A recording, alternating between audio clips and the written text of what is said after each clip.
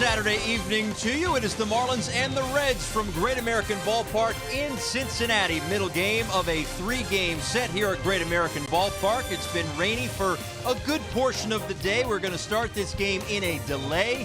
It sounds like the first pitch coming up at 7:20 Eastern Time, and we've got you covered until then. Paul Severino, Todd Hollinsworth. So again, you take a look at the field out there, and for anybody that was watching the Kentucky Derby just down the road a little while ago, I hope there's some mutters out there today. Similar conditions. Well, the tarp's been on the field all afternoon, so the infield's going to be in probably pretty good shape. We certainly know that. The grass in the outfield might be a little bit wet, but we're going to get a ball game in tonight. You know, it's just been drippy and kind of dreary around here. No heavy downpours, anything like that, so expect Marlins baseball right around the corner. All right, so again, 7:20 first pitch scheduled here at Great American Ballpark. If we go look at last night's ball game, not a ton of offense on either side, but it all came via the home run. A Suarez 3-run home run. Duvall went back-to-back, and then Lewis Brinson with a homer. Well, and for the Cincinnati Reds, when you think about it, you know, they had not been getting a whole lot of offensive production at the beginning of ball games. They'd really struggled. 31 games in first inning, they'd only scored 8 runs. So they're not a team comes right out of the gate. They played from behind an awful lot. They get a 4 spot last night. That must have felt like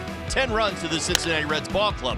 Well, listen, mistakes out over the plate. You saw the 2-strike slider that Chen threw again to Suarez, who's been on fire. He's been their RBI guy.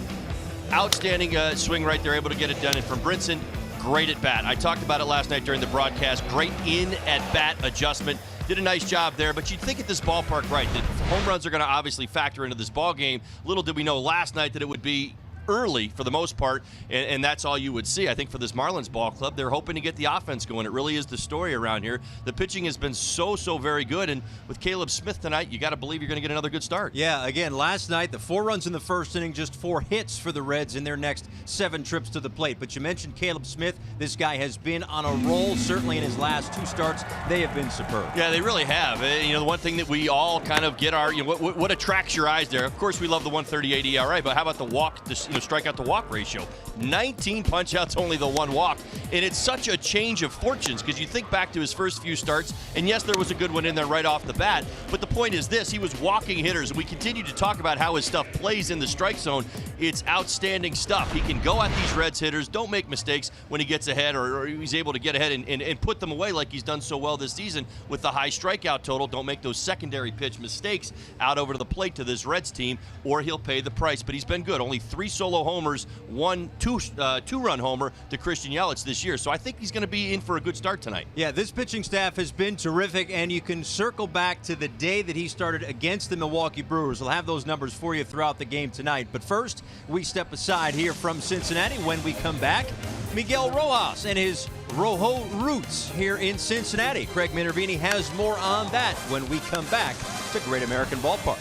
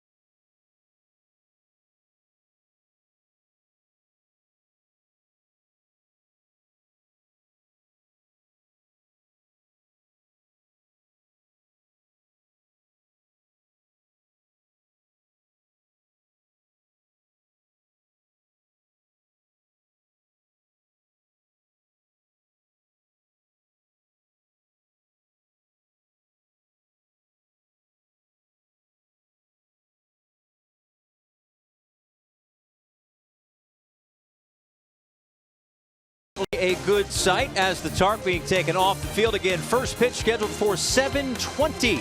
Let's head downstairs to Craig Minervini. Thank you, Paul. A couple of drizzle drops here. Still been going on all afternoon, but they're going to get this thing going in just a few minutes.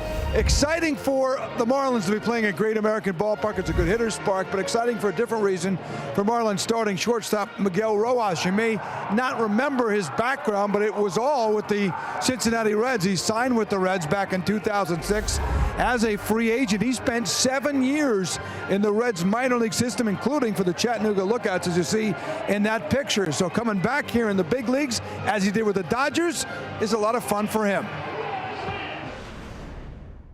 Yeah, I never made it, but I spent 7 years of my life with this organization, and it's pretty special.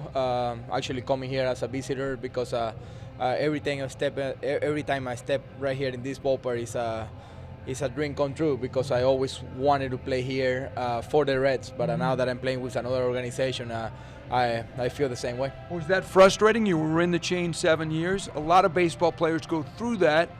You wound up going to the Dodgers organization and it worked out, but was it frustrating that you never played here? No, I was chasing my dream, you know what I mean? I was thinking that it wasn't my opportunity to play in the big leagues. I knew that I had a couple players in front of me in my position.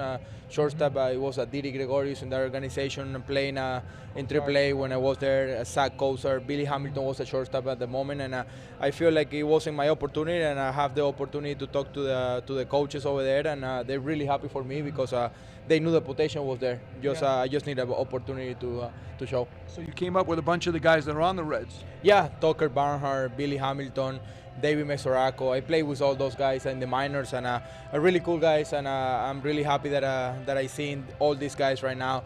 Actually, the guy who is the manager now, he used to be my coach in AA, and Pat Kelly, bench coach, was my coach in High A, so I know a lot of these guys. And Miguel will be in there tonight as the Marlins get ready for Game 2 of this series here at Great American Ballpark. First pitch is coming up at 7:20. Up next, though, we'll go back to the studio in South Florida. Jessica Blaylock and Gabby Sanchez with more on this matchup. Caleb Smith getting set for the start against the Reds.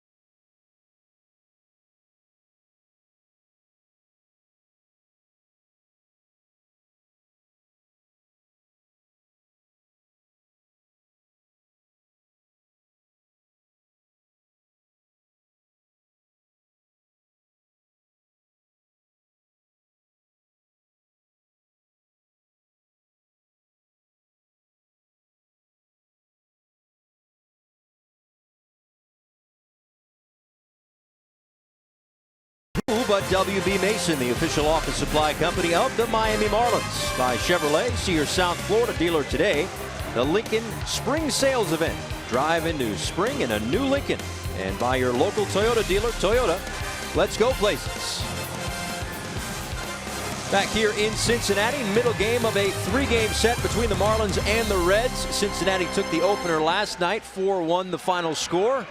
And a chance here still, however, for the Marlins to win another series. But of course, they've got to get through Tyler Mahle first. Here is a look at their starting lineup tonight, penciled in by Don Mattingly, who had some news break today, and it's good news. We'll get into that as the game goes along. You might have to refer to him no longer as Donnie Baseball, but rather the doctor. That's right, details to follow. But anywho, there is the lineup. JT Realmuto is back up in the top spot for this Marlins bunch that would like to get something going tonight early, perhaps often, bounce back, and stay on what has been a really nice stretch for them. Again, they've won 3 straight series. They've lost back-to-back games, but overall, they have won 6 of 9 games. So that is the task tonight, to figure out a way to get to Tyler Mahle, who gets the start tonight again in the second game of this 3-game set, wearing a Los Rojos uniform, of course, Cinco de Mayo. Now, Mahle making the 7th start, his 7th start of the season, 4.32 ERA. One thing they love, those 38 strikeouts in 33 1/3 innings. Now, he's been good. He's making his 11th big league start tonight, so he's only been around for a little while. Made 4 starts in 2017. 2018, as I said, making his 7th start. Go ahead and give you the AutoNation scouting report while we're on it. Minor's major accomplishment. Yeah, this young man, 558 career minor league innings. That is astounding.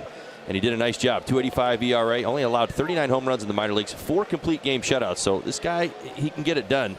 They're big on him. Fast work. 4-seam fastball is going to be big tonight. 92, 94 miles an hour, arm side run.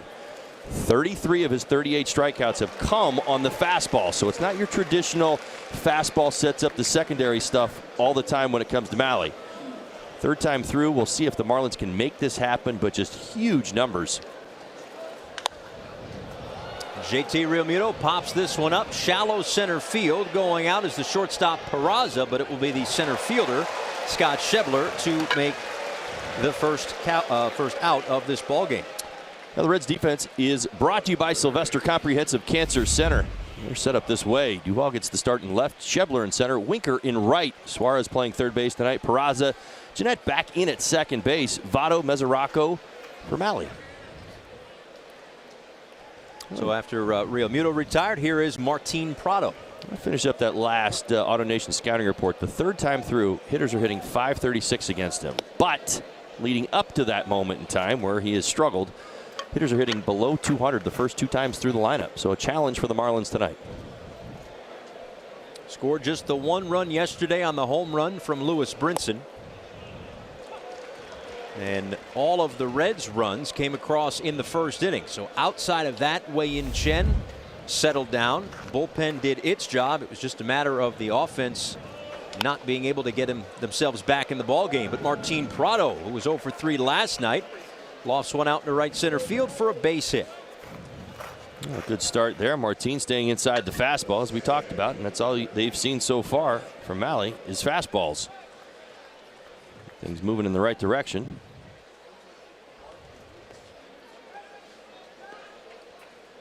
So in steps Starlin Castro, 0 for 3 last night with a walk.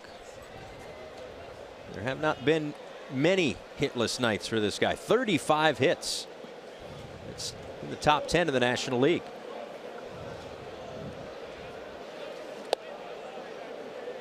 Now, there's no denying the consistency with Castro, Paul, but I think people are still waiting on the thump. As you see, the home run column does not have a number in it yet. Starlin definitely has more power than what the Marlins have seen so far. Certainly thrilled with the .302 batting average and some clutch hits. And when he does get a number in that home run column, it will be a triple-digit number, oddly enough. It will be the 100th home run of his career. All right. I mean, we've done everything we've done could possibly do to try to predict when that day will happen. That's right. That's right.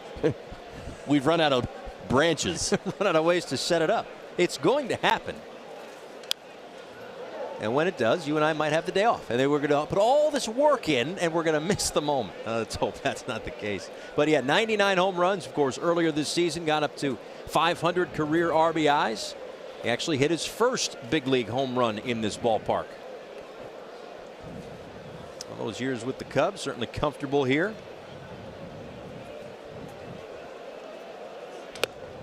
His last home run came last September 27th against the Tampa Bay Rays off of Matt Andriese.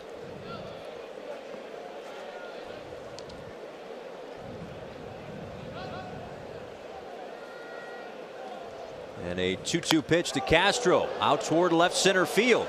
Going back is Duvall and Schebler looking up, and that one is gone. Number 100 for Starlin Castro. Yes, sir. Talk about it enough, it'll finally happen. Look at the reaction in the dugout. Miguel Rojas jumping up and down. Oh, there's a big sigh, even from us, I think, to Starlin Castro. Big sigh of relief there. Get 100 out of the way. No one's worked harder than us getting to 100. We know that. Trying to help him there. Congratulations. We have some sort of input. A nice round number for Starlin Castro. He'll get a hand in the dugout. A little silent treatment.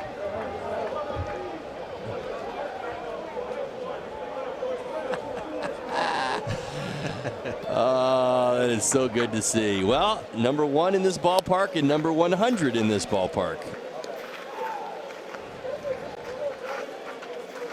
And wouldn't you know it, here's another little twist for you. At an even 100 miles an hour off the bat, according to StatCast.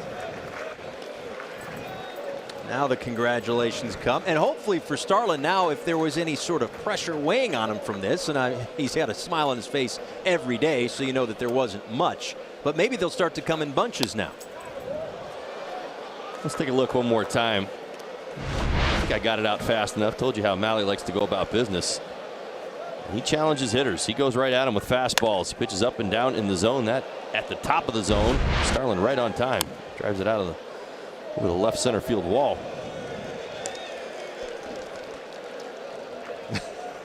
Miguel Rojas yelling at him about something. Well, that's good. A nice quick start for the Marlins tonight. And now the 0-2 pitch to Justin Bour fouls it straight back. Still 0-2. Well, it seems appropriate, right? I almost felt like they were going to score in the first inning tonight because they've done such a good job this season responding when I think we've all had that moment of, man, the offense is really wearing on everybody. You know, like the fact that it's not responding quite yet. And just when you get there, ooh, borderline pitch. Inside corner, Justin Bour disagrees.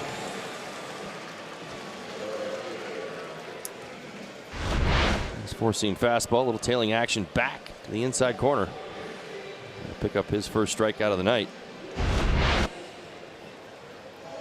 The Marlins responding, just getting back to what the offense has done. I think when that frustration point, maybe that boiling point is reached, the offense seems to kind of get into gear. They score a few runs and set things up. Off the outside edge to Brian Anderson. Anderson, a couple of hits in last night's ball game. You go back to April 20th. He's hitting .313.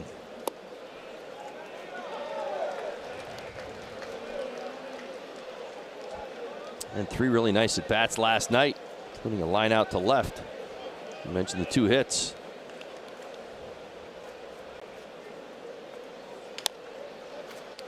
Chop slowly to third. On the run, Suarez. And that'll do it for the Marlins in the first. But in that first inning, Starlin Castro with a milestone home run is 100. 2-0.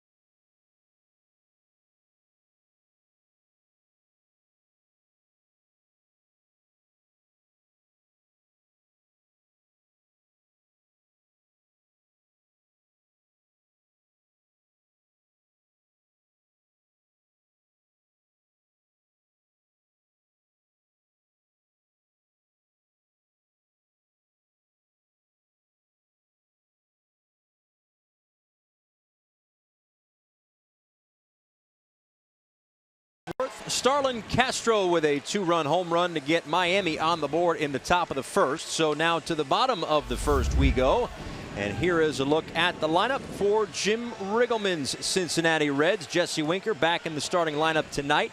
And back in that leadoff spot where he has been more than any other Red so far this season. Also a pleasant surprise, a change for the first time in the last few days. They get Scooter Gennett back in the lineup. He's been dealing with a bit of a shoulder issue. Everything's been clean. He's pinch hit each of the last 4 games, but he gets his first start in a while up against Caleb Smith, who has been a much different pitcher his last couple of times out. And when I say different, I mean amazing. He has been terrific his last couple of starts. He's been aggressive. He's filled up the strike zone. His numbers are off the charts. 12.87 strikeouts per 9 innings. Look at the opponent's batting average at 190. You see the 4 home runs, 3 solo shots, so no worries there. He's been very good about that. And 2 quick strikes to start this ball game off. Yeah, those last 2 starts. And oh, by the way, against 2 really good offenses, the Rockies and the Brewers. 13 innings, 4 hits, 2 earned runs, 19 Ks. We love it. 138 ERA. He's been great. It's been one of the brightest stories in this rotation. This one is looped over to deep short, and that's Miguel Rojas, the only one on the left side of the infield with the shift. Either way, 1 up and 1 down.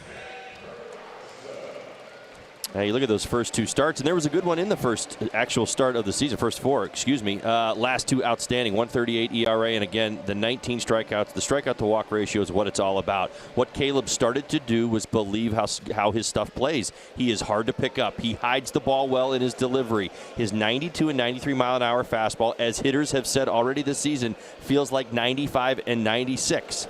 Times they're overpowered. They're not quite sure. And oh, by the way, his slider and changeup, Paul, have been outstanding. Get this. His slider, hitters are hitting 100 against his slider. His changeup, they're hitting 091. It's been nice to watch this transition. Sometimes the word transition, it signifies, well, it's taken a long time. It seems like it was like a snap of the fingers. Overnight. One time things just clicked. Well, it was the belief in oneself, to my understanding. Good talk with Juan Nieves about this. Caleb just really understood the numbers. We talked about it, in fact, right before that Brewers start, what his peripherals meant, talking about the numbers on the outside.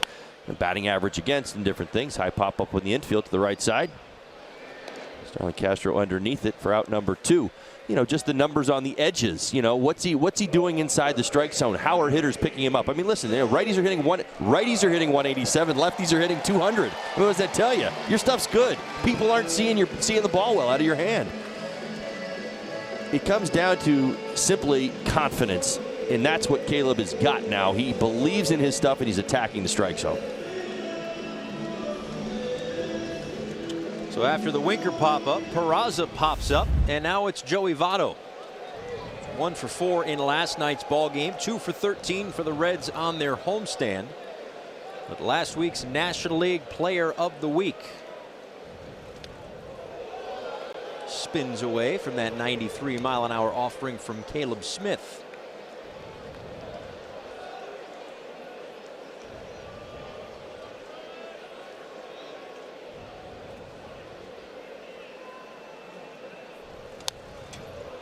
And now 1-1.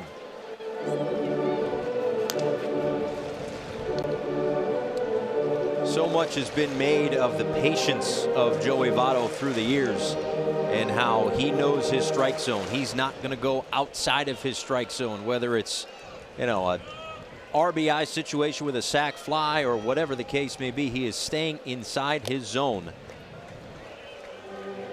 He kind of cuts that swing off and fouls it away. Well, he's worked 1,000 walks in his career, now a little over 1,000 walks. But he reached 1,000 walks in 1,446 games, the 4th fewest games in National League history. And right now, 22 walks in the top 5 in the National League for base on balls. And it's now 2 balls and 2 strikes.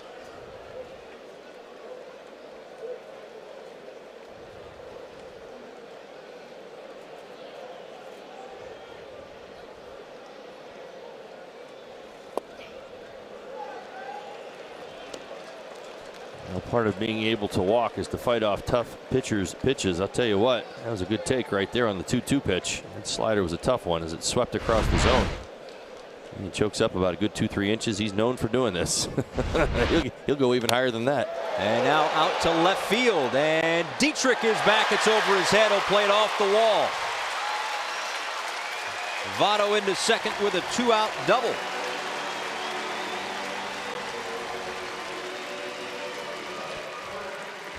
The second hit against the lefty in this series. That's one thing everybody here in Cincinnati was talking about, how Joey Votto was struggling against the lefties this season. Now Caleb Smith, elevated fastball, 3-2 pitch. We knew he was going to go after him. He's able to drive it to left. Let that be a lesson, young kids at home. You don't have to have your fingers hanging off the end of the bat. You don't have to be all the way down there swinging for the fences. You can choke up good 3-4 inches and still drive a ball off the wall. It's all about hitting the ball on the barrel of the bat, and you saw Joey Votto do it right there. So now it's Eugenio Suarez who had the 3-run home run in the first inning of last night's ball game. He swings through that one, and it's 0-1. 4 for 11 on the homestand, couple of home runs, 10 RBIs. He's been red hot for the Reds since coming off the disabled list. Dealing with a fractured right thumb. 345 since coming off the DL. He's put up some big numbers against the Marlins over the his last 10 games. 361. A couple things in his favor.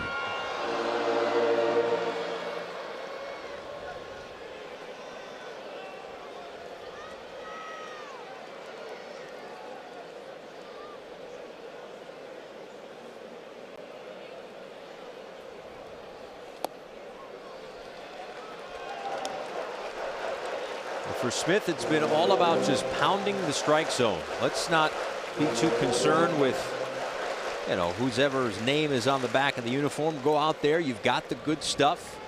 Pound the zone. It's been the message from the coaching staff. I'm sure that's been the message from JT Realmuto, and it has certainly translated on the mound the last couple of starts for Caleb Smith.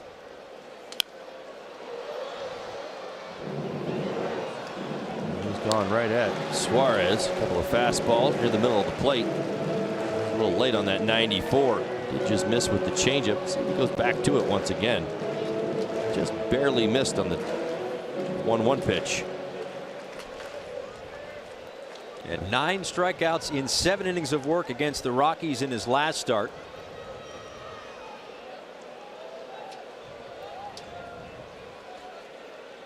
And looking for his first strikeout of this outing. 2-2 pitch to Suarez upstairs, and the count runs full.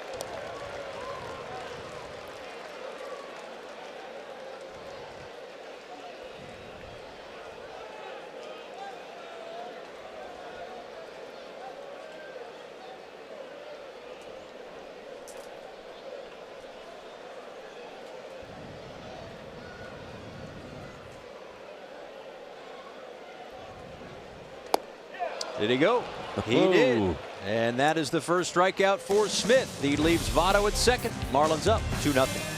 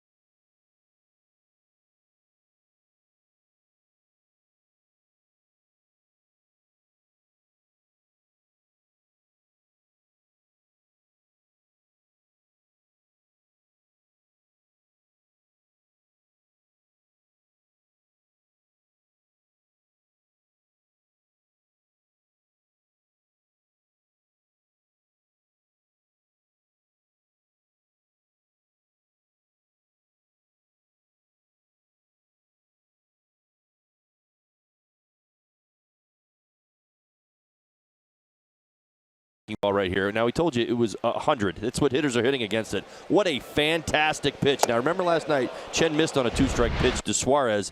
You see the difference. Here's the other thing that you talk about, Paul. He knows he's got a base open right there. He's got one of the hottest hitters on the Cincinnati Reds up there. If he misses with that pitch, if he's disciplined enough, he walks down to first base. And he's got a little bit more of a struggling Duvall coming into. Like, that's the knowledge that you have out there on the mound. That's pitching right there. I'm going to throw my best slider out of the zone, see if he chases it. If he doesn't, then I move on to the next hitter because I've got the base open. Job well done. Hard hit ball right up the middle for Derek Dietrich to lead off the second inning with a base hit. Just under the reach of Tyler Mahle, so the Marlins have a runner aboard.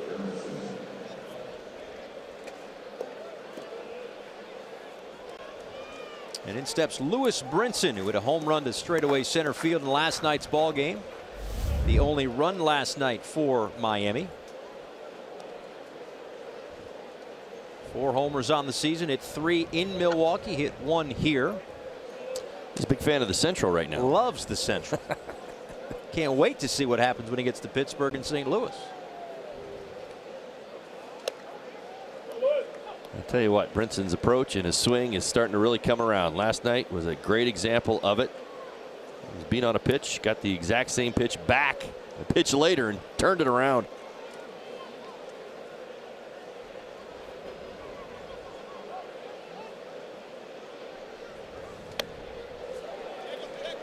Unable to hold up on that one, says first base umpire Mark Carlson. Brian Knight's at second tonight. The crew chief Jerry Davis is at third, and Pat Hoberg, the home plate umpire in tonight's ball game.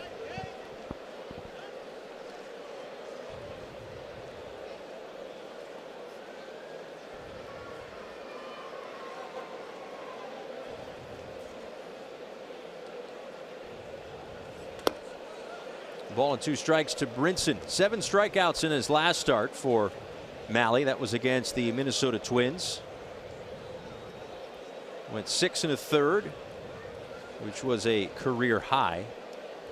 Gave up 4 hits, an earned run, walked a couple, and struck out 7.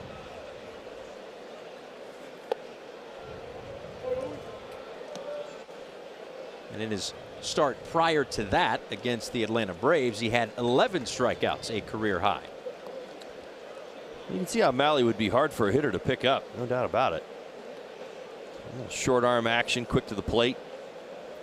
A little tailing action on the fastball, 92-94. Not overpowering per se, but tough for guys to pick up. He's pitched pretty well here. Great American Ballpark. Made 3 starts this year. Hitters only hitting .206 against him. 23 strikeouts. He has given up 4 homers. Now 5 homers in this ballpark.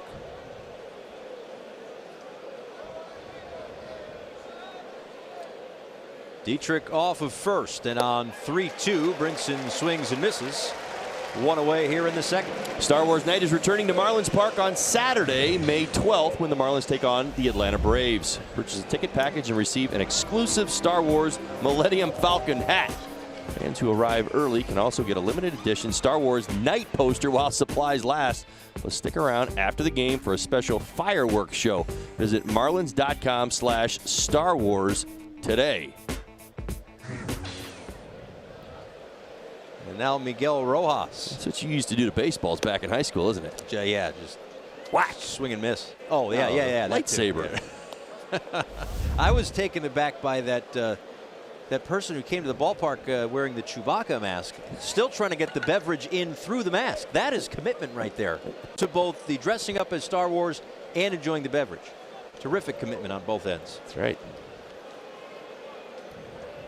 At Star Wars Night at the ballpark last night. We got off the elevator out of here, and I got startled by stormtroopers or whatever they were. It was taken aback. It's a takeover. It was a takeover. Hit and run is on, and Dietrich will head to third. Perfectly placed by Miguel Rojas right through the vacated right side, and the Marlins have runners on first and third. And that's what you love to see. Rojas, the perfect person to hit and run with. He's got such great bat control. Been struggling a little bit with the bat, not necessarily getting the hits. Had a couple games where he's run into some tough luck, but you put a runner in motion, you open up a hole, and how about to the right side? Why not? How many times have we seen him go right there? Marlins in business once again. I mean, that's a double play ball. Oh. If not. Well, I mean, it's strategic. I'm not sure necessarily that would have been the approach. He knows Dietrich's going. So, again, you can watch as a hitter who covers. Pay attention to that. He knows what's going on out there. So now a spot here for Caleb Smith, who squares to bunt, but they get a check on Rojas over at first.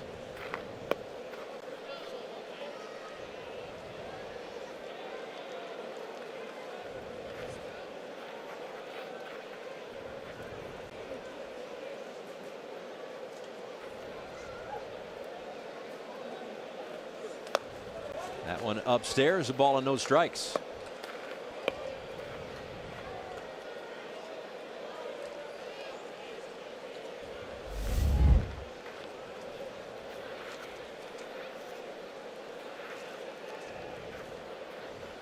Smith looking for his first hit on the season, but he might take the little bunt here. That one is fielded by Devin Mesoraco behind home plate, foul ball. Let's go back to the first throw over to first base. Take a look at Miguel Rojas. Kind of some awkward steps, and then he grabs his leg.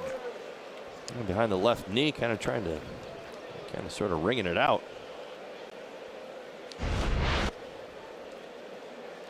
Well, let's hope he's okay, because he is going to more than likely be a big part of some Marlins offense right here. You get a bunt down, if not, maybe run. Some opportunities to do some things here, but it requires a healthy Rojas.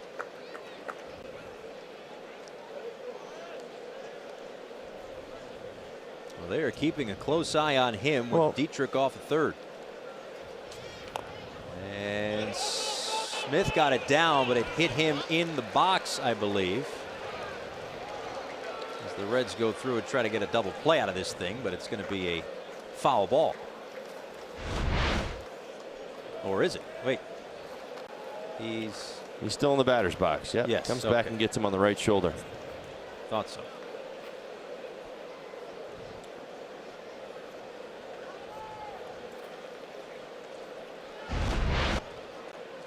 So with a ball and 2 strikes, we'll see what the play is here for the Marlins. He squares yet again. And this one he gets down. Bobbled by Malley. Recovers to get the out at first. And Rojas moves to second on the sacrifice. I think Marlins fans at home wondering, why would you hit and run with Rojas in that situation? You've already gotten out in the inning. Now you've got first and third. You're hitting to the pitcher's spot. Well, remember, JT Realmuto is now in the batter's box. Nice job with 2 strikes getting the bunt down. Now he struggles to come up with it cleanly. I still think he's going to first base. Nice job by Caleb Smith. You see this conversation has as much to do with JT Realmuto in the box right now and that base open.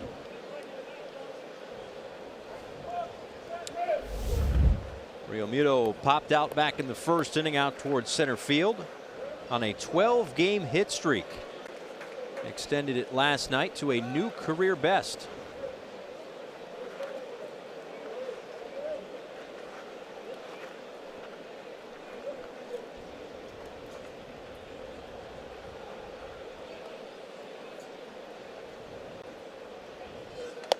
Outside from Malley.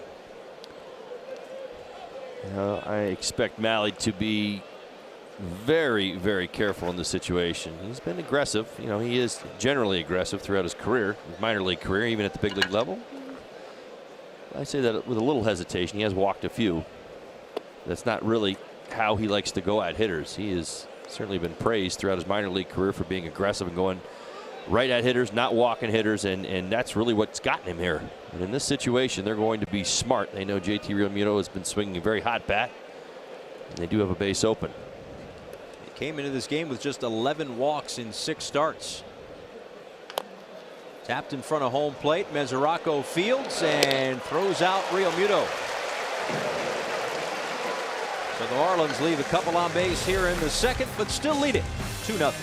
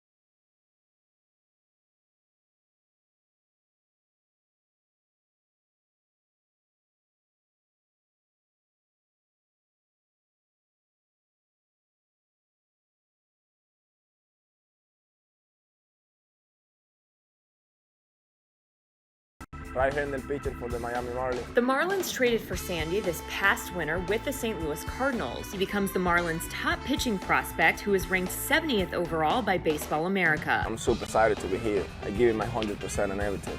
Clocking in over 100 miles per hour, his best pitch? I like my fastball, you know.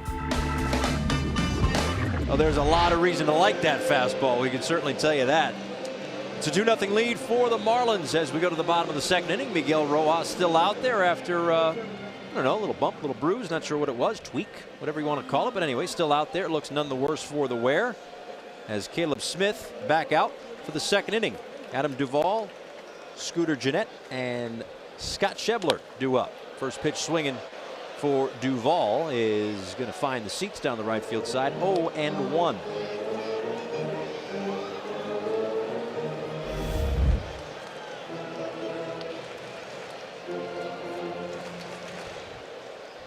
Contra got the win last night, in fact. 7 innings pitched, 1 earned run, 5 Ks. He is a tall drink of water. Saw him in spring training in Jupiter.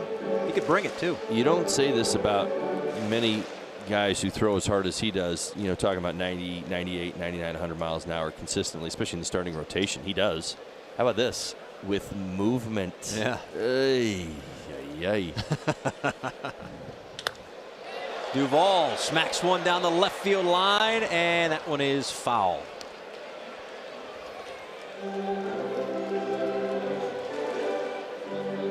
Let's give you the Marlins defense here in the second inning. It's brought to you by Sylvester Comprehensive Cancer Centers. Dietrich gets the start in left. Brinson in center. Anderson in right. Prado, Rojas, Starlin Castro, home run number 100. Boer, Real Muto, Caleb Smith on the mound.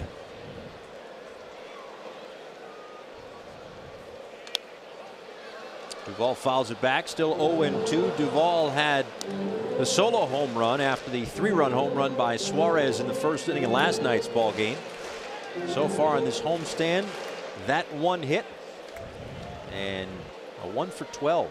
So he got a walk as well. Last 2 hits, solo home runs for Duvall.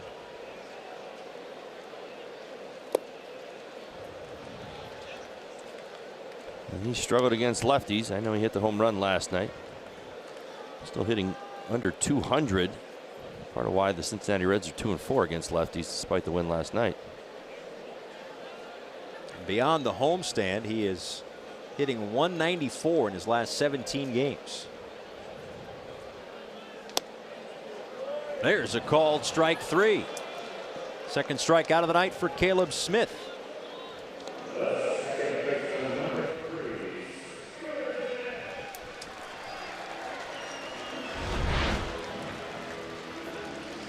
Dials up 94. Inside corner freezes Duvall. I told you it's sneaky fast, man. 94 looks like 96, 97. You watch hitters, they react. Their reaction tells you an awful lot. You watch how their heads track the pitch. So Scooter Gennett back in the starting lineup for the Cincinnati Reds. Didn't start any of the last 4 games. Had a little inflammation in his right shoulder, but he did pinch hit in those games. Now the injury was untimely for Gennett, who was on fire prior to that. His last 6 starts, 11 for 28. He was hitting .393 with a couple homers and 7 RBIs. Of course, missed the next 4 games. Well, this is a guy who took over the second base job last year for the Cincinnati Reds and certainly carried it through the entire year. Career highs in nearly every category. He was a .295 hitter, 27 home runs, 97 RBIs. He had 27 home runs last season, 35 home runs in 2013, 14, 15, 16 combined. Yeah, his entire career leading up to last year. Right. That's where you go with that. That's pretty much it. Well, he had 4 in 1 game. Yeah, that'll help. That'll help the numbers. That's That'll right, help the pace. You're right. But no home run here as he swings and misses through 95. 3 consecutive strikeouts over 2 innings. Hey, Marlins fans, now you can stream games live on your mobile device with Fox Sports Go, presented by T-Mobile. Download the app and take Fox Sports Florida and Marlins baseball wherever you go. I'll tell you right now, Caleb Smith's having some fun as he's set down the last 3 hitters, all with strikeouts. Rant and rave and throw fun numbers at you, like a 34% strikeout rate appears to be going up tonight. Ground ball to Castro. And that is 3 up and 3 down in the second for Caleb Smith. He's got a 2-0 lead.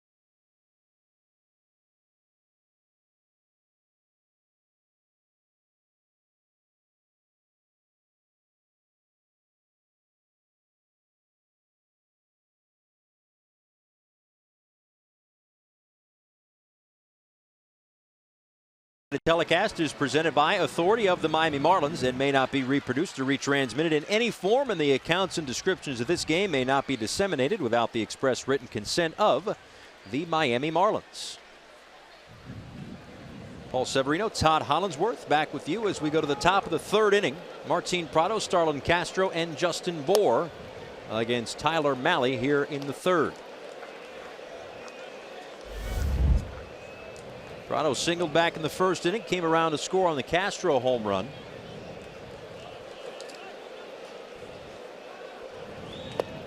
And on 0-1 takes low. Last night was an 0-for for Martin Prado, 0-for-3. He did walk, but he have a hit streak of 7 games against the Cincinnati Reds going into that 0-for last night. But starting a new streak tonight with the base hit in the 1st.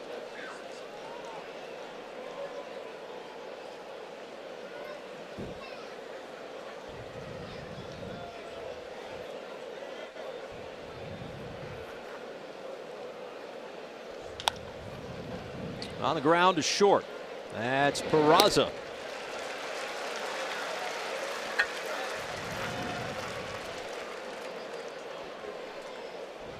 Starlin Castro digs in. Let's take you back in time. Very young Starlin Castro. I'll tell you what, that was an impressive day. People wanted to know what he was all about. Certainly had heard the hype. This young, great hitter coming up to the big leagues. He goes opposite field for his first big league home run. By the way, had 6 RBIs that day. I mean, what a debut. And then how about the hit number 100 here? I don't know, I feel like we really can't go there anymore because we went there so many times in the month of April. But you know, we were talking about this yesterday. We felt like, well, he did hit number 1 here. It's a good home run hitter's park. You know, 100 should maybe happen here. So it only makes sense. Now that's the thing. I joked before about, you know, maybe there's pressure on him to get to 100, but probably no pressure to get 100. But you get into May, and again, Starlin Castro is not necessarily a guy who grounds out here. A nice play to get to it, and an airmailed throw by Peraza And to second goes Castro. Well, that will be a two-base error on Peraza. Well, ball in the hole, pretty simply to the backhand. Had plenty of time, just airmails it. Let it go a little high, a lot high, in fact. Let's watch it from behind. See what happened. It comes out a little early. Yeah, look at Votto. Not even a jump. Peraza, their everyday shortstop. He's only missed one game. He's handled himself very well with the bat. Two-base error here in the third. So in steps Justin Bour. Now, what I was going to say was, he's not exactly the 35 home run guy, but you get into May, the first week of May, and there's still a 0 in the home run column. We talked about this the first week or so of the season. You want to get your first hit, your first RBI, your first home run. Now you get this far into the season, are you thinking about it? Well, I don't know if he necessarily is. I just think for Starlin Castro, he's a lot of things, and you probably are a little bit. I mean, I know I would be. But the point is this, like, you look at Starlin's offensive game, and he does a lot of things well. First thing I said when asked, hey, what's Starlin Castro bring to the Marlins? He's a line-to-line hitter. I've watched most of his career, probably more than most people around. Saw him so much in Chicago. Now I'm seeing him here with the Marlins, how he is. Sits up in the box a little bit, likes to spray the ball around the field. He's a really good hitter, and that's what I always think of first is the hits. But the power's always been there. So when it wasn't there, I kept thinking, where's the power? It must be in the back of his mind a little bit.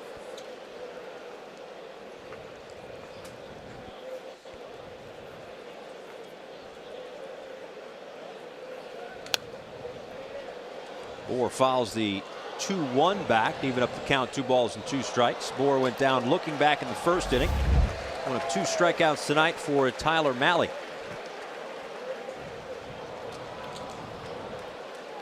Yeah, I mean, a career-high 21 home runs. That was 2016 with the Yankees for Starlin Castro. Had 16 home runs last year, but usually in that 10 to 15 home run range. Of course, you can probably point to the ballpark he played in New York as well to add to those career best seasons in terms of the home runs. But either way, gets to 100 right here as Bour goes down on strikes. Yeah, 2 away. Mahle convinced he can work around the strike zone with Justin Bour. He's proven himself right so far tonight. Got a call the first time. I didn't agree with that 93-mile-an-hour fastball, but went up again. He gets the call. Second strikeout of Bour.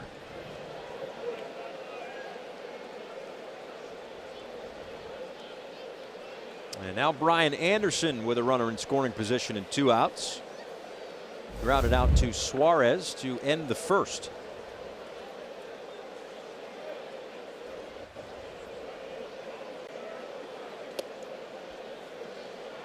Mentioned the .313 batting average entering tonight since April 20th.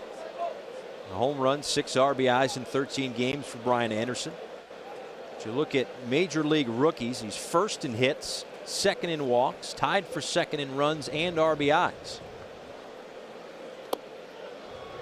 And it's certainly early in the season, but you have 2 guys in this ballpark between Brian Anderson and Jesse Winker who are certainly going to be, at least again, if it goes the way that it's been going for the next 5 months, going to be in that conversation for Rookie of the Year.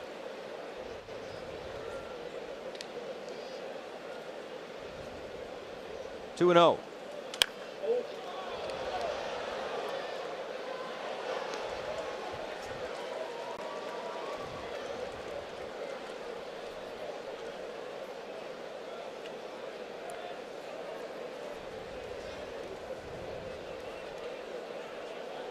Two more hits last night for Anderson.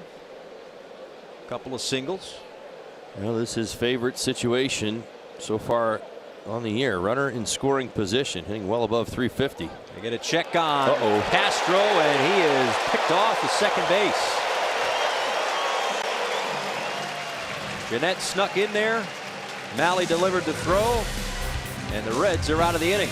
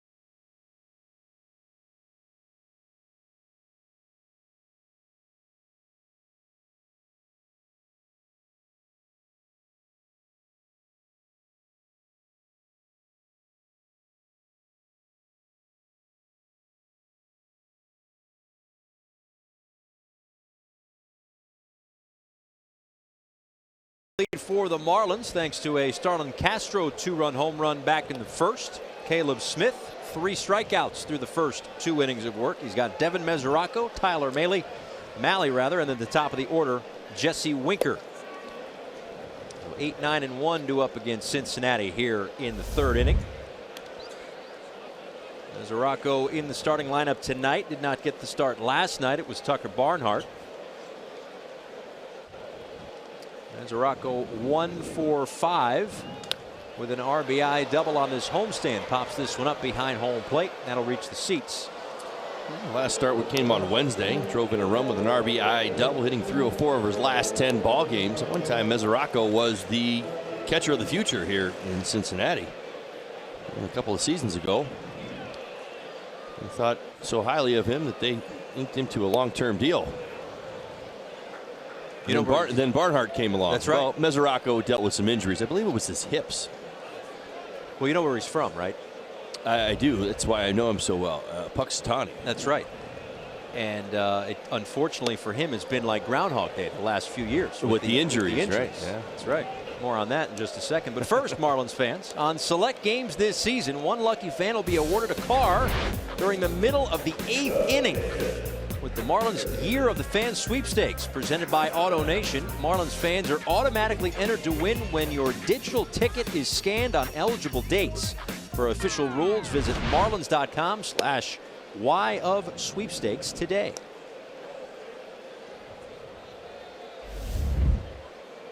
So here is Mahle.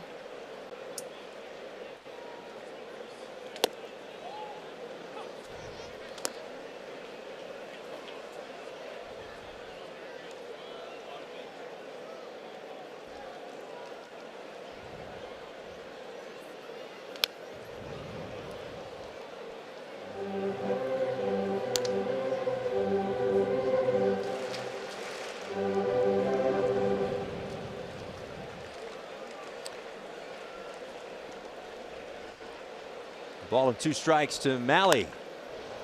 Chops on, a big hop for Rojas. May have caught the lip, but he stuck with it, and there are 2 away. I probably shouldn't be surprised at the contact from Mahle. Go back to April 8th. Losing Tyon, the Cincinnati, of the Pittsburgh Pirates, threw a 1-hitter here. The 1 hit he gave up to Mahle. Nice job by Rojas staying with that high chopper. Trying to figure out why that thing jumped up so high. Either way, it makes the play, and they're 2 up and 2 down for Jesse Winker.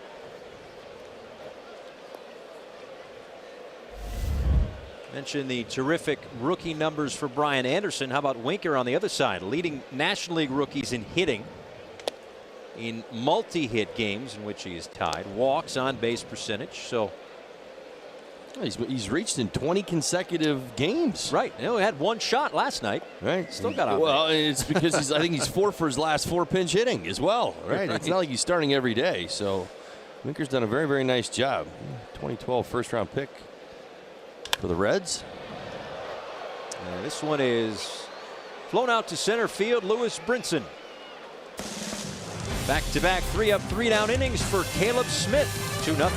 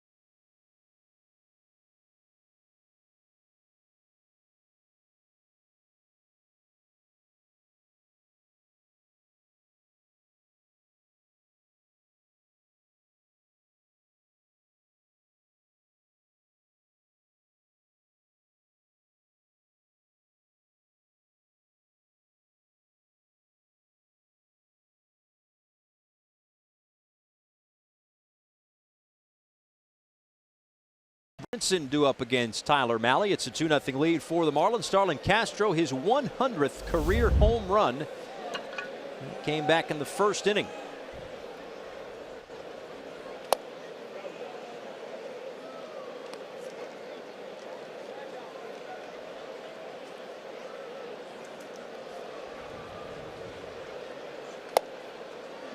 That went inside. Quickly 2 balls and no strikes to Anderson, who was at the plate in the 3rd inning. And Starlin Castro was picked off of second to end it. So he gets a fresh count. And on 2-0, chops it slowly, barehanded at short. Nice play by Peraza. The only way to get Anderson was with the bare hand. And he's able to make the play for the first out. Yeah, maybe we throw some redemption out there for him. Peraza, outstanding play. See Anderson taps it off the end of the bat. Peraza, bare hand, field and bare hand, all in one motion. Watch this. As soon as he plants the foot and gets quick release. Votto, nice job catching the sinker. Nice play. 2-base error last inning. And now Dietrich. Well, right as I was going to give Peraza the excuse of, you know, maybe a bit of a wet track with the rainy day. And he went and did that? Yeah. Makes it look that easy. I think very highly of the young man. He's swinging the bat. He's done a very nice job. Remember, it was in last year. I was wondering, Zach Cozart has had a very nice run at the end of his career here in Cincinnati. Hot shot to second base. Jeanette is there and dug out by Votto. They both make plays on short hops. How about that? 2 down. Yeah, Votto came running out of there after picking this one. Well, Scooter Jeanette picked it first, and Votto picked it second. How about it? 1-hop smash. Almost ate Scooter Jeanette up. Then he wings it across. It's like, come on, you got a little bit more in there than that. I'm only 60 feet away. Look at the short hop throw.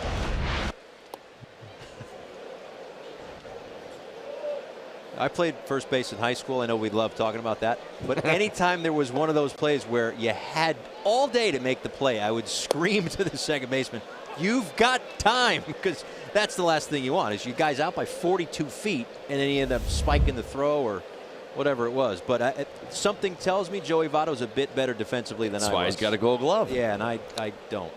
So there's that. You don't hand out Gold Gloves in high school? No, they don't. I wasn't even all conference, man. Come on. Gold Glove. Don't be silly. But he bails out his second baseman right there. 2 nice defensive plays for the Reds here. And now Lewis Brinson down to the count of 1 and 2 strikes.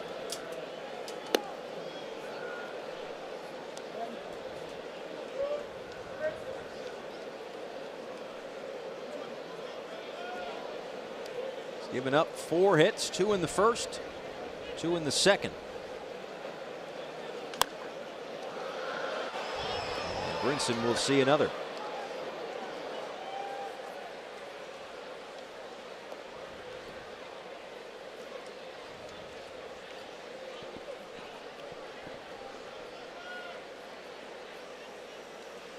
Malley got the win in his last start, the 5th youngest starting pitcher to earn a victory this year. And now a message from FPL. At FPL, we're using technology to help us keep reliability high and bills low. That's how we're changing the current.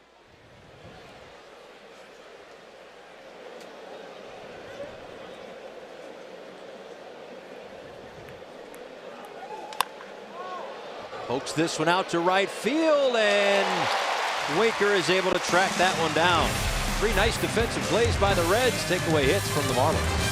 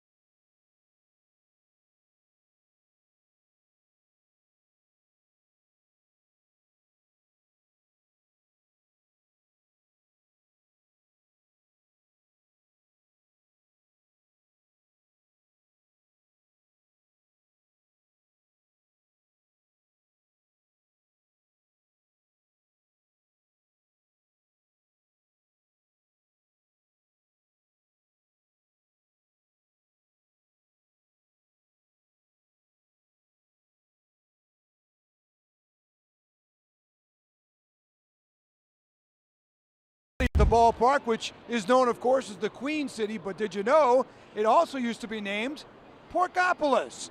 That name was coined in 1835 because Cincinnati was the largest pork-producing city in the world.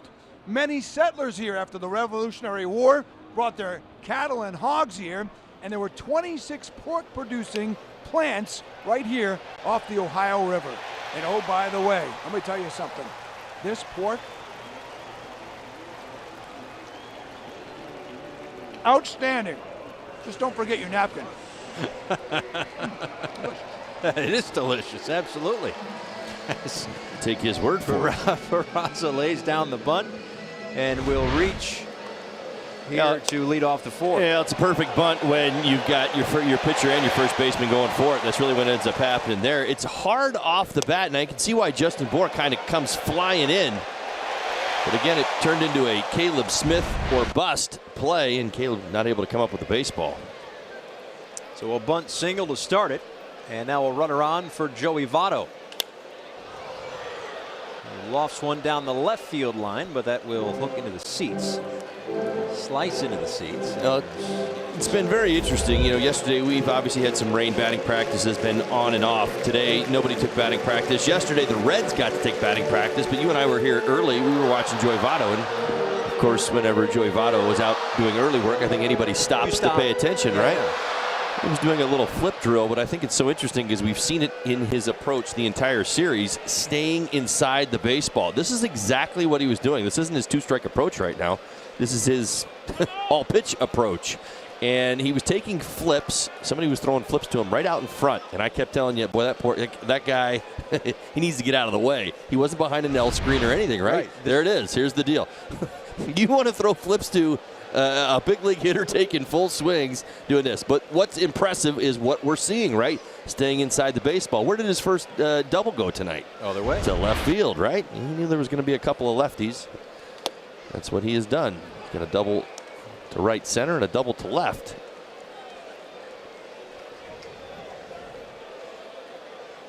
They load up the right side of the infield. Castro, Prado, and Bohr, with Rojas, the lone member of the Marlins, on the left side, playing a more traditional shortstop double play situation. And now the 0-2 pitch. He's able to hold up the ball in 2 strikes.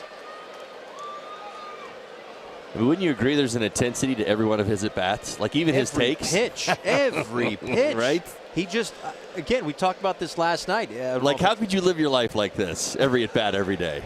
Well, I mean, it's so intense. If every other Friday was like his every other Friday in the bank book, then yeah, I'd be okay with it. Oh, well, that's another story. He's able to fight it off. But no, I mean, that's the thing. Again, we were talking about Ichiro, right? You don't play until you're in your mid-40s without that everyday preparation. You don't do what Joey Votto has done on a daily, yearly basis without being as cerebral, if that's the right word, being as cerebral as Joey Votto is. And intense.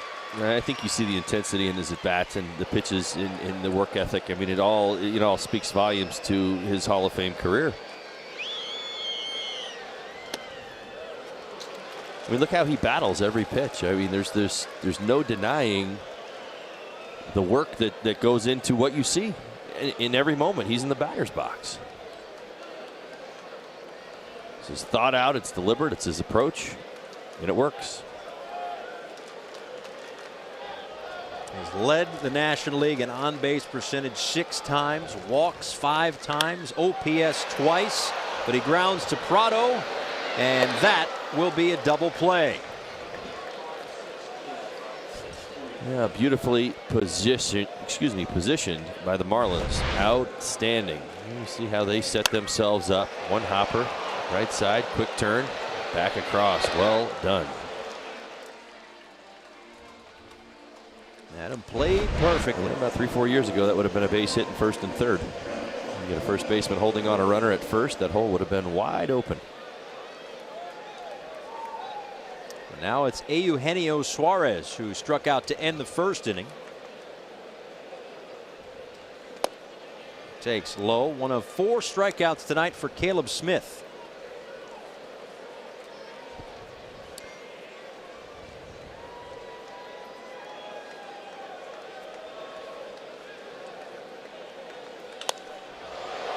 And this one is lined down the left field line, but it will reach the seats. Nice catch.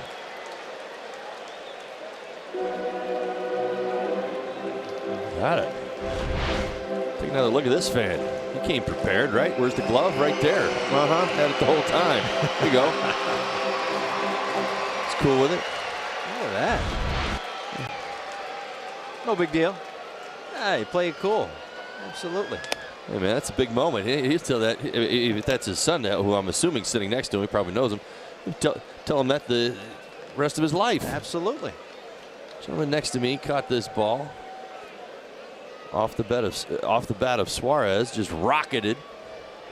Gave it to me.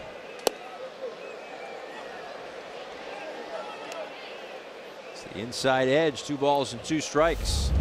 2-0 Marlins here in the middle game of a 3-game series. The series finale tomorrow because of a marathon here in Cincinnati. It's a 4:10 first pitch, 3:30 for Marlins Live. Jessica Blaylock, Gabby Sanchez have you covered on Cincinnati's Marathon Sunday. There's another strikeout for Caleb Smith. That's 5 through 4. He's got a 2-0 lead to work with. He's gotten Suarez twice tonight. 2-0 Marlins.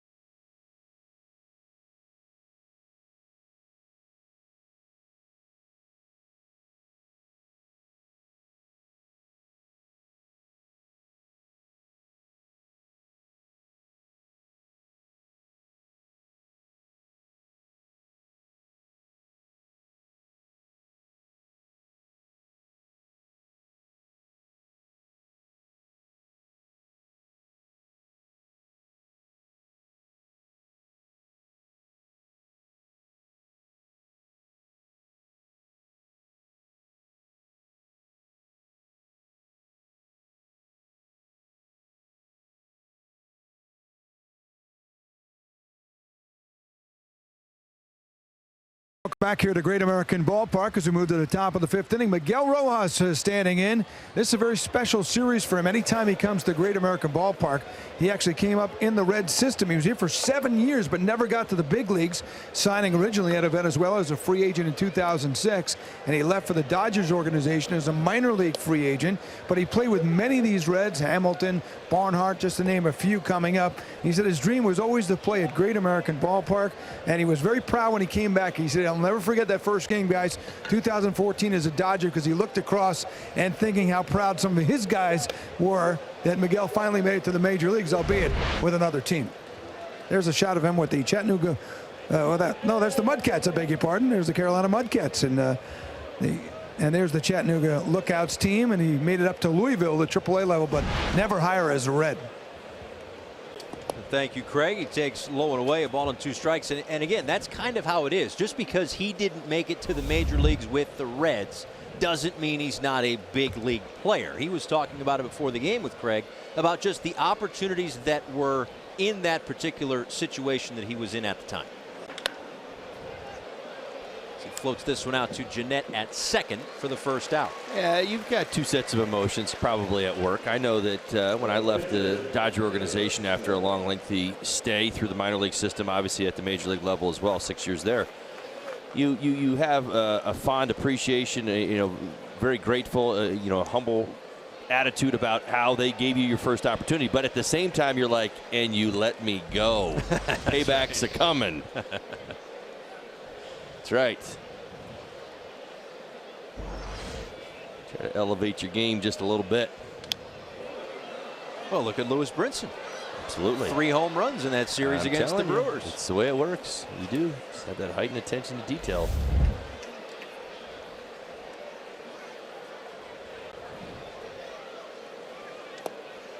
0-2 to Caleb Smith. Well, speaking of the minor leagues, Tyler Mahle had a couple of really interesting and historic moments in the minor leagues as Smith is down looking for out number 2 here in the 5th inning. You mean amongst the strong tally I gave you there at the beginning of the ballgame? Absolutely. Would you have minor, major accomplishments? Yeah, minor, major accomplishments. Well, the one thing that I ran across in his career, 558 career minor league innings. My goodness, but I think what probably caught my attention the most, the 2.85 ERA and the fact that he only gave up 39 homers. What do you got for us? I got the fact that he threw a no-hitter in June of 2016 for Class A Daytona at Jupiter. Faced the minimum, 27 batters, 6 strikeouts on 105 pitches. Impressive, right? Well, not nearly as impressive as what he did last year. A 9-inning perfect game in April, Double-A Pensacola at Mobile. 1-0 win, 8 strikeouts. Again, I said 9 innings, 88 pitches. Perfect game. He went to a 3-ball count once. You want efficiency, that's it. He attacks the strike zone, certainly known for doing it. He's definitely earned his way here. I think that's why I even mentioned it in the Auto Nation scouting report. And generally, I stick to what I believe Marlins fans are going to see, you know, sequencing, velocity, any trends that you might pick up on. But when you see over 500 career minor league innings, that is amazing. Feather in his cap, getting himself to the big leagues. Now a 2-1 to Real Muto. Well, excuse me, dribbler down the first base line. Votto will step on the bag and end it. We are halfway through this one. Marlins up 2-0.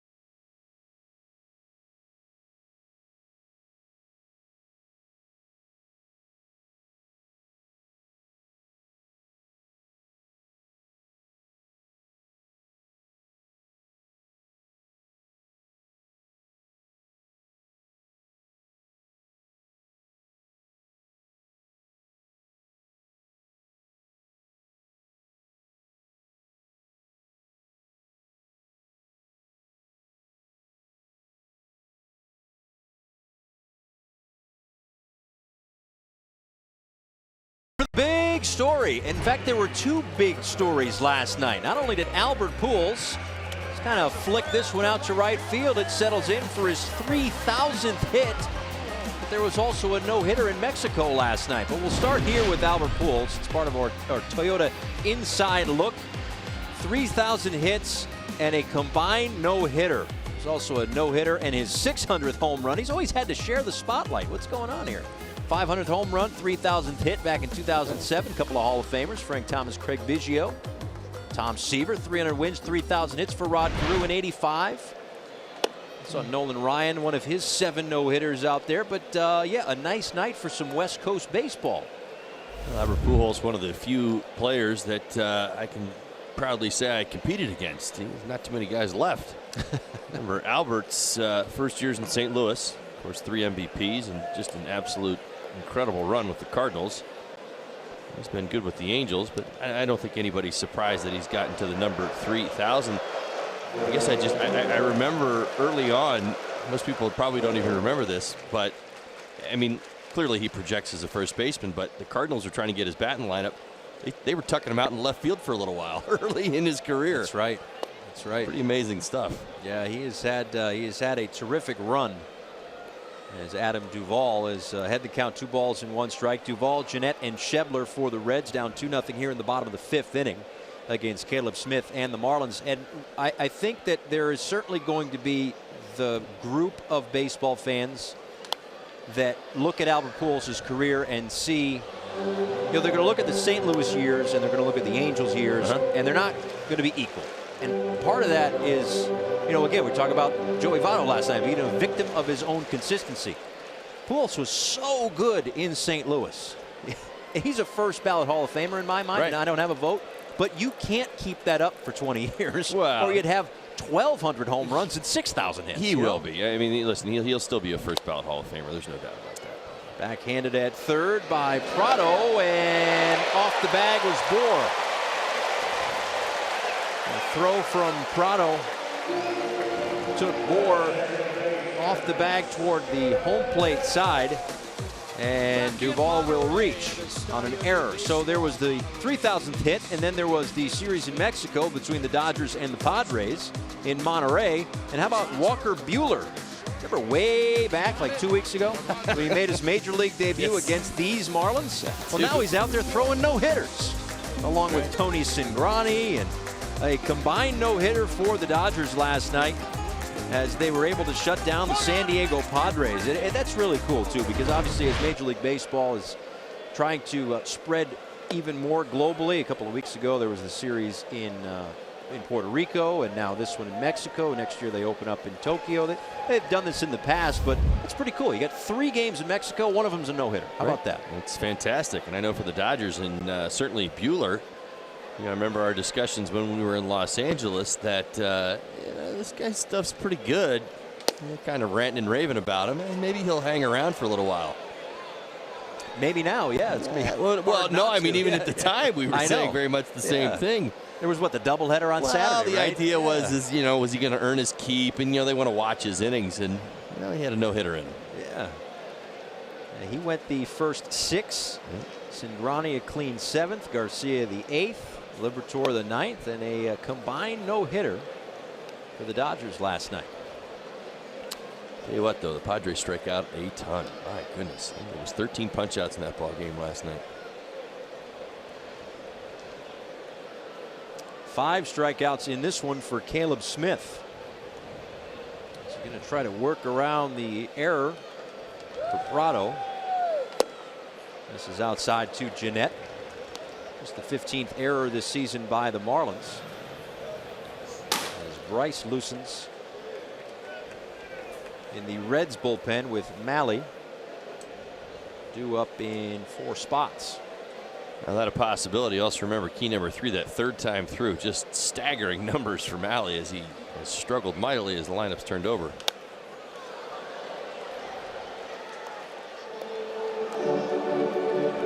Look there at Dan Straley, who gets the ball in tomorrow's ball game, the series finale.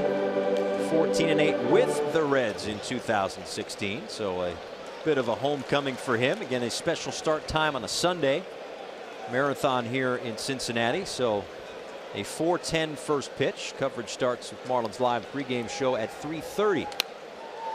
Straley against Brandon Finnegan tomorrow.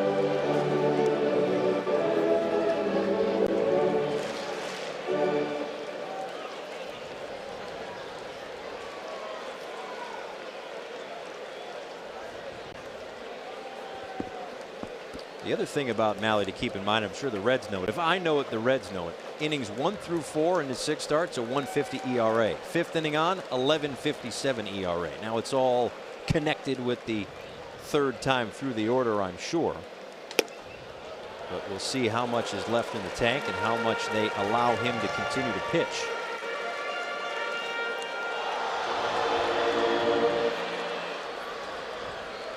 his counterpart, Caleb Smith, this will be the 8th pitch of the at-bat to Scooter Gennett, who struck out back in the 2nd. Gennett has been battling him throughout this at-bat. Another swing and a miss. I like when you say another. That's right. A nice job by Caleb. He continues to be aggressive with that fastball. Geico presents this day in Marlins history. Let's take you back a few years to 1994. Chris Hammond, the Marlins' first complete game shutout. A walk, 5 strikeouts. There was a bases-loaded triple in the first that helped to set the stage from Jerry Brown. Dave Magadan had a 2-run home run in that ball game. That was on this day in 1994.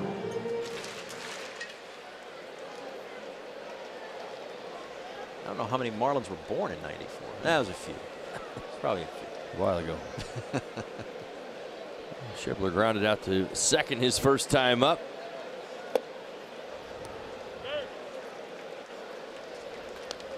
Well, 5 of the 6 strikeouts tonight for Caleb Smith swinging. So that's why I sound like a broken record when I say another swing and a miss. Love it. Well, remember this, and here's the thing. It's not as if he is just fooling Reds hitters. Many times, like the pitch to Gennett, he's just going right at him. And that's my stuff's better than your stuff. My pitch is better than your swing, and it's working. Now, we've seen him at times. We told you about the great numbers he's got on the slider and the curveball, excuse me, the slider and the changeup that are both very good secondary pitches for him. But tonight, I mean, he has been very, very aggressive with his fastball. Well, this next pitch is going to be his 70th. It's fouled back. So 70 pitches, 46 strikes. Once again, getting back to pounding the zone. He's been rather efficient. No inning over 20. Listen, the fewer pitches you throw, the longer you'll be in the game. It sounds simple and stupid, but that's pretty much the game. As this one is ripped into right field, a base hit. As Anderson gets to it quick and gets it in quick to keep Duvall at second. 2 on 1 out here in the 5th inning. Fantastic defense by Anderson in right. My goodness. I know he's got a strong arm, but boy, he has made the transition back to right field smoothly. It's a breaking ball. Line to right. Now, as a base runner, you to come up hustling around second base thinking that ball is taking the right fielder away from the field of play, that I've got a chance to go to third base. Strong throw back in. I'll tell you what, if Duvall had gone, he'd have been toast. He'd have been out by 80 feet. Yeah, he would have. How about it? Well done. So a chance here for Devin Mesoraco. 2 on and 1 out. Moved off the plate. 1-0. He struck out back in the 3rd. Mentioned the injuries last time up for Mesoraco. Limited to 95 games the last 3 seasons. Had 3 stints on the DL last year. Shoulder, hip, well, left shoulder, right hip, left shoulder, left foot. So it's like a game of operation, for goodness sakes. Well, he's had some really, really bad luck when it comes to the injuries, and through it all, it's really cost him his starting job behind home plate. Cincinnati Reds are in a position where, you know, finding the value in him is giving him a little less work.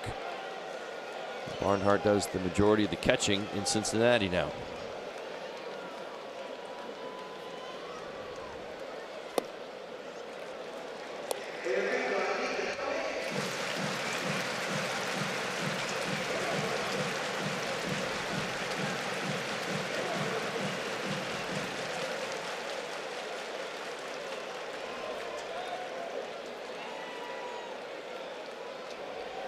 Caleb Smith coming off his first big league win, his last time out.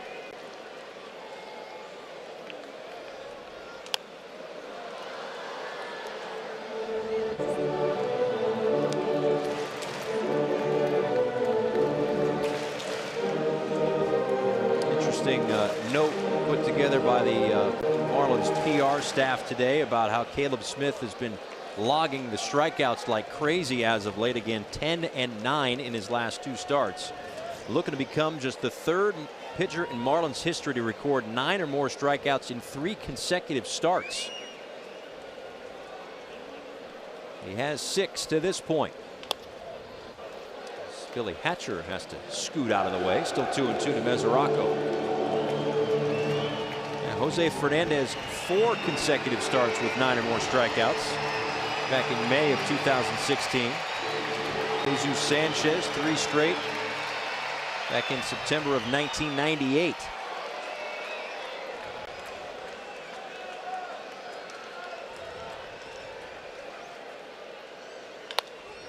To third, Prado steps on the bag, throws across the diamond, and a huge double play there for Caleb Smith to get himself out of trouble in the 5th inning. He's through 5. With a little help from Martin Prado, it is still a 2-0 lead.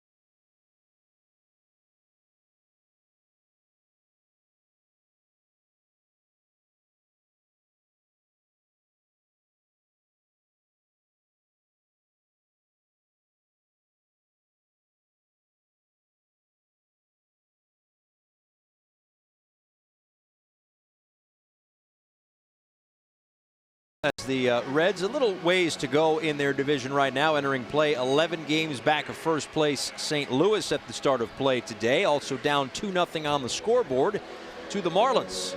But outside of that home run to Starlin Castro back in the 1st inning, Mally's been pretty good. He's got himself 4 strikeouts, has yet to issue a walk tonight. A couple of hits in that 1st inning, 2 more hits in the 2nd inning, but the last 3 have been rather clean innings. Martin Prado, Starlin Castro, Justin Bour due up here in the 6th.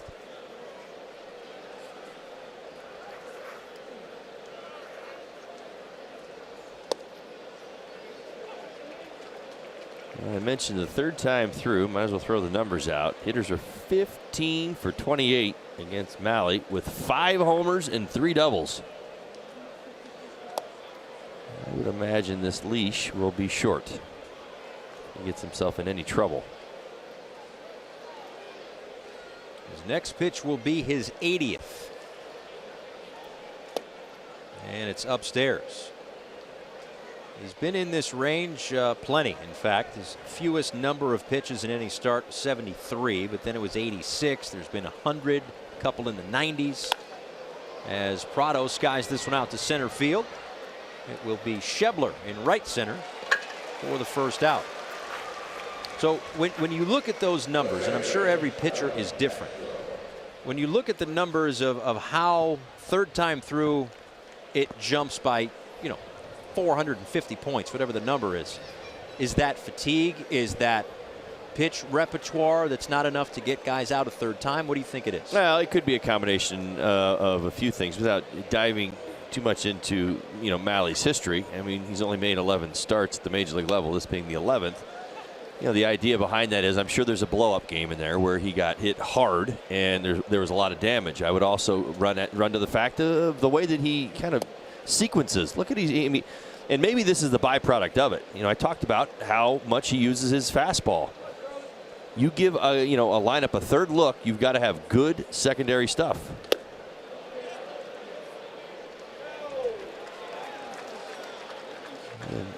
Day and age where that third time through is a little different. Well, it's viewed differently even in the game. I think it's examples like that which are putting starters on point and getting them out of games sooner and sooner. I mean, with the day and age of the super bullpen, evidence like we just showed you at home, 5:36 third time through, they're like, yeah, that's right. That's why we want our starters to go 5 innings. Give us everything you got. It's 2 times through. Castro to center and a running catch by Schebler. And there are 2 outs here in the 6th. Start your day with First Things First. Join Chris Carter, Nick Wright, and Jenna Wolf for the best morning sports show on television. First Things First, weekdays on FS1 and streaming live on Fox Sports Go. Your morning routine just got a whole lot more fun. Now Justin Bour, a couple of strikeouts tonight. Will bat with nobody on and 2 out here in the 6th.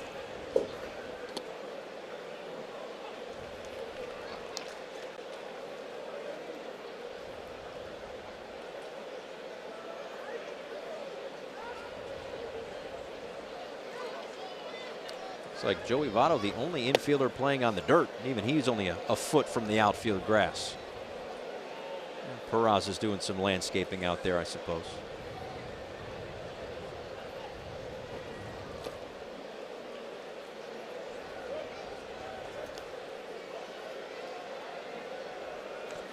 Been some interesting sequencing against Bour tonight. He's going changeups away, fastballs in for the most part. Here's a pretty good look at again. He's seen changeups off that outside corner, and then the 4-seam fastball. He doesn't actually throw a 2-seam fastball, with the one with the tailing action. His 4-seamer does that as well to the inside part of the plate.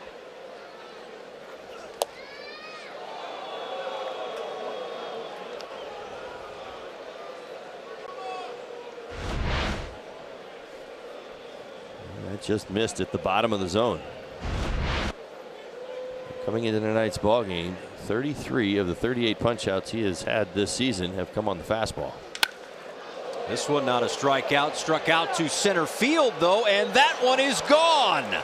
Straight away center field for Justin Bour.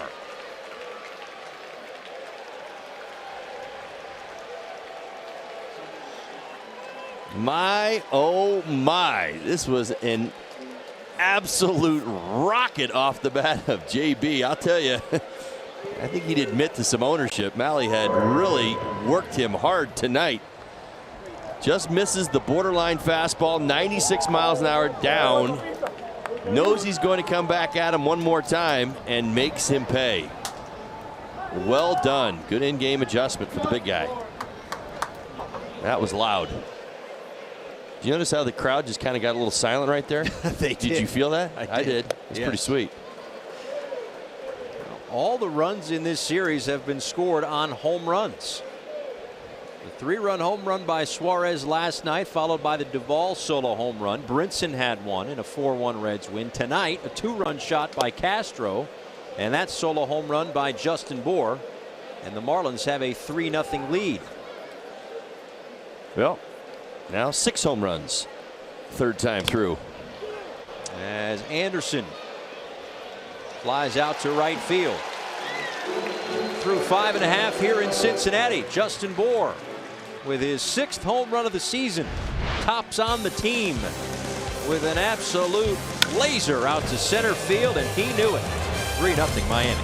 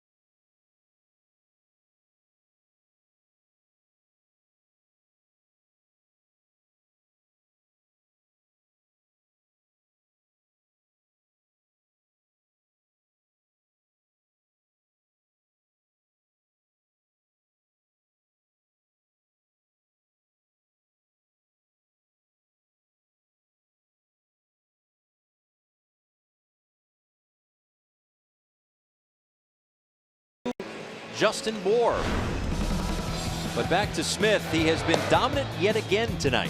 Now his sequencing has been outstanding. Go back to even the double play ball against Mesoraco. Kind of put him on point, said I'm going to live to the inside part of the plate, and gets the big double play ball. Right now Caleb Smith is so locked in, he's picking up his teammates. In fact, last inning started off with a free base runner, the error on Prado. Caleb Smith able to get out of that inning without any damage. And look at that once again. You want to talk about confidence, Paul? Look at that column right there, that big 0 right there. I know the one in the walks column always looks a little bit bigger to me than the other columns. That's right. But when you see no walks, you know you have a confident pitcher going right at hitters, believes in his stuff and getting results. Alex Blandino to pinch hit here in the bottom of the 6th inning, so the day is done for Tyler Mahle. But on Smith, I mean, that's the thing. Something clicked. And we talked about what that something may have been earlier, but his first 4 starts, he had 3 walks. He had 6 walks. Then he had 1. Then he had 5 walks against the New York Yankees. And then after that, there was the start against Milwaukee, a career-high 10 strikeouts, worked 6 innings. Then there was the last start, 9 strikeouts, worked 7 innings, and walked 1. Well, listen, we can talk about all the communication that goes on in the dugout. We can talk about the pitching coach-pitcher relationship. We can talk about the manager-pitcher relationship, or sometimes the players themselves wake up and realize what I'm doing right now is not working. This is not going to get me to where I need to be. 3 2/3, 80 pitches, 5 walks is not going to get it done. And you look at the evidence, and what does it tell you? And that's really where, at least I think for us, the story started, because we looked at his numbers inside the strike zone. Guys weren't hitting him. Blandino thought that was ball 4. I mean, he's pretty confident. I'm pretty confident that this is a strike, well inside the strike zone. I don't even think it's a borderline pitch. Maybe it is. When you pound the strike zone, you get a few pitches.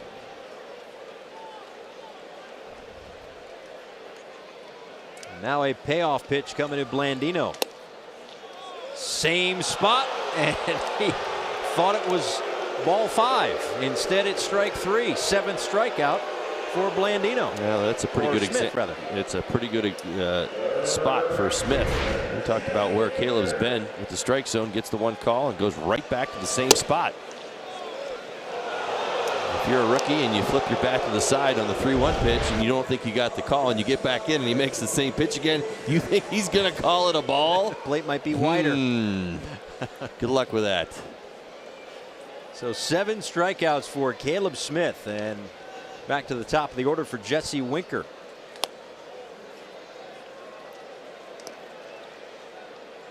Winker 0 for 2. Pop out in the first, a fly out in the third.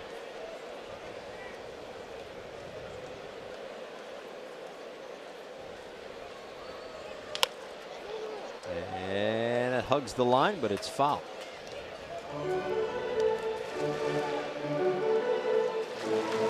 And now a message from FPL. At FPL, we're using technology to help us keep reliability high and bills low. That's how we're changing the current. The ball and the strike to Jesse Winker. Just below the zone, 2-1. And one other thing I'll talk about tonight, certainly in regards to Caleb Smith, particularly against the left-hand hitters. You look at the Cincinnati Reds, they have a lot of lefties, and a few of them are playing tonight. Caleb Smith has not just gone the traditional lefty route, which is, fastballs and sliders away. Most lefties think that. They kind of creep up on the dish. I used to do it all the time, like, well, this guy's going to throw 85% of the pitches I'm going to see tonight off the outside corner. What we've seen from Caleb has been outstanding. He has stood almost every lefty up at least 1 or 2 times with a fastball to the inside part of the plate. But he issues the free pass there. The first walk surrendered. And it comes with 1 out here in the 6th. Let's check in with Craig Minervini. Guys, as you've been talking about, Caleb Smith had a couple of rough starts, 4 starts that weren't great, a lot of walks. And one of the things that keyed him were really analytics, inside edge, had him at a stat that was very impressive, and Juan Nieves showed it to him. The swing and miss rate at 25, almost 26%, bettered by only 5 other pitchers, including names like Scherzer, DeGrom, and Verlander. Now, Caleb said he did notice it on video, but when he saw it on paper, a light switch just turned on. Your stuff is good enough to work in the big leagues, and we've seen it in the last few starts. We absolutely have. Craig, thanks so much. Yeah, Juan Nieves has been working with Caleb Smith, and certainly on, you know, all the mechanical type stuff that a pitching coach would work on, but also it's that sometimes it's whether it's the heat maps or the stat charts or whatever they might be, there's so much about it, and every player sees things differently too, and that's the beauty of a guy like Juan Nieves, to know how to communicate to the different players, knowing, hey, maybe this is how I can get through to this pitcher. He's hit home with Caleb Smith, because it has been day and night. You think back to the Yankee start and the Brewer start, right? What was one and what was the other, and that's 2 really good offenses. Remember, the Brewer start was in Milwaukee, for crying out loud. And Peraza pops this one up right side. Bohr looks like he's going to have room for the second out here in the 6th.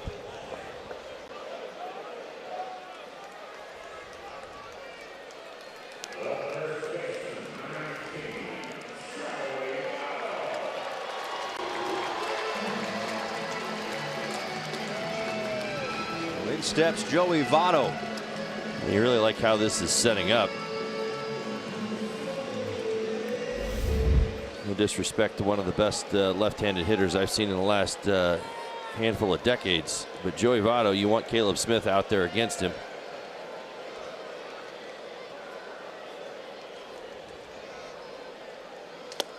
The duck out of the way of that one. And Caleb Smith now at 91 pitches. His spot comes up.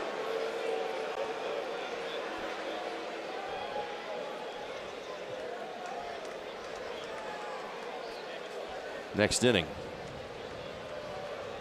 Right around the similar ratio of balls to strikes from last time out, 91 to 61 last time. You saw what it is so far here tonight for Caleb Smith as he misses low.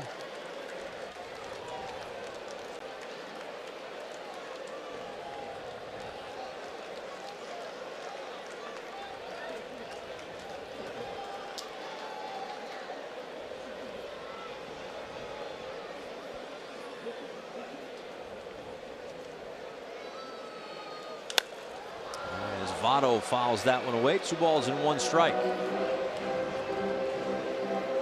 Drew Steckenrider loosening in the Marlins bullpen. Certainly a big batter for Caleb Smith right here, with Eugenio Suarez on deck. And if it gets to Suarez, it'll be the tying run here in the 6th inning.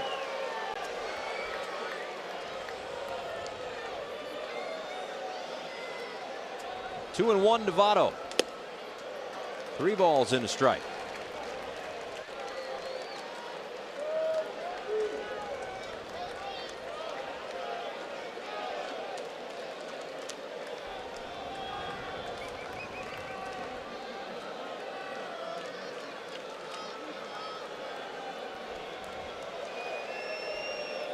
Winker off of first as he drew the walk.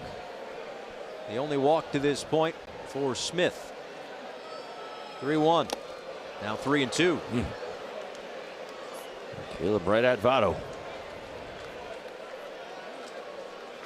I mean, a fastball on 3-1 to one of the best hitters this game has right now. Yeah, he's going right at him. That's guts. Well, we've said time and time again, Caleb has one advantage here, at least in the first half of the season. Most teams around the National League have not seen Caleb Smith before. He's attacking the zone. He's throwing that fastball for strikes, and we've seen it an awful lot tonight. A head start for Winker over at first. The payoff pitch is fouled straight back. Yeah, I would expect Caleb Smith to stay with the fastball. Votto is defending the strike zone. He's not getting really good passes at Caleb Smith, even for a 3rd time. It was a very, very late swing. The 97th pitch for Smith.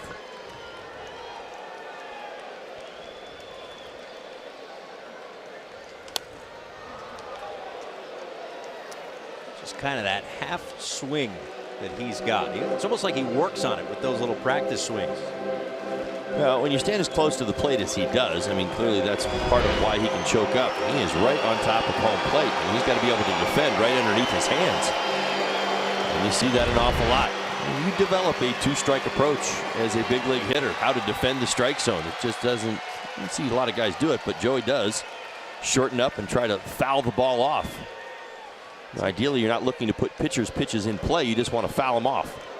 It's like he's playing high-lie. He grounds to second, bobbled there by Castro, and not in time at first.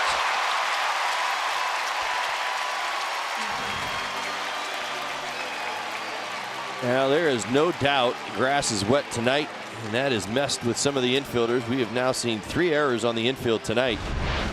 Starling Castro falls victim as well. Let's see. 4 or 5 hopper out to him. Didn't do much as far as trickiness. Pretty clean right there. Just botches it right off the glove.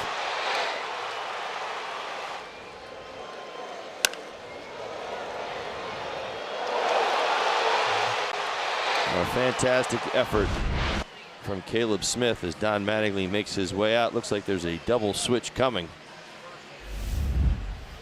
Smith would have been due up 4th in the inning. His day is done. We'll tie up the loose ends when we come back. The Florida Lottery call to the bullpen.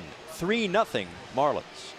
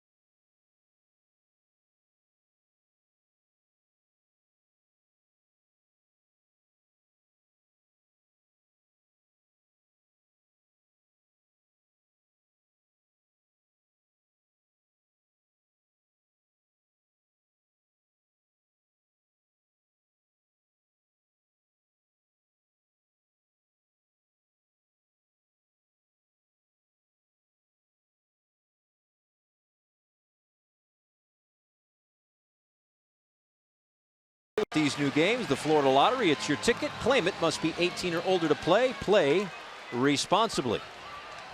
So a walk and an error have 2 on for Eugenio Suarez against the new pitcher. And Drew Steckenrider. Well, this is a big spot. Certainly know about Suarez's power. Saw it last night on display. Big 3-run home run. Tonight, a couple of strikeouts against Caleb Smith. So Dietrich in at first. Steckenrider's in a good spot right now. Last 6 outs he's recorded have been strikeouts. 14 of his last 15 appearances scoreless. Check into the ball game in left.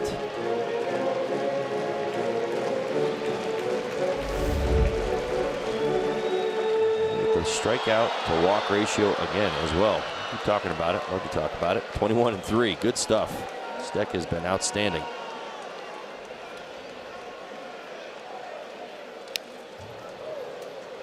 Now a ball and 2 strikes.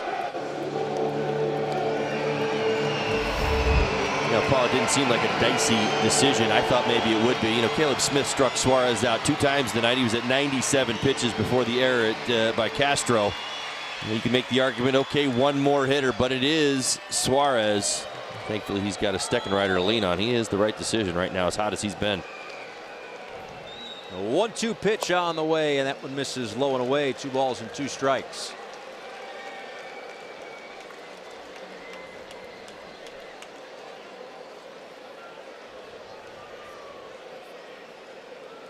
He has thrived in these situations. Only Ryan Braun better in the National League. He fouls another one back.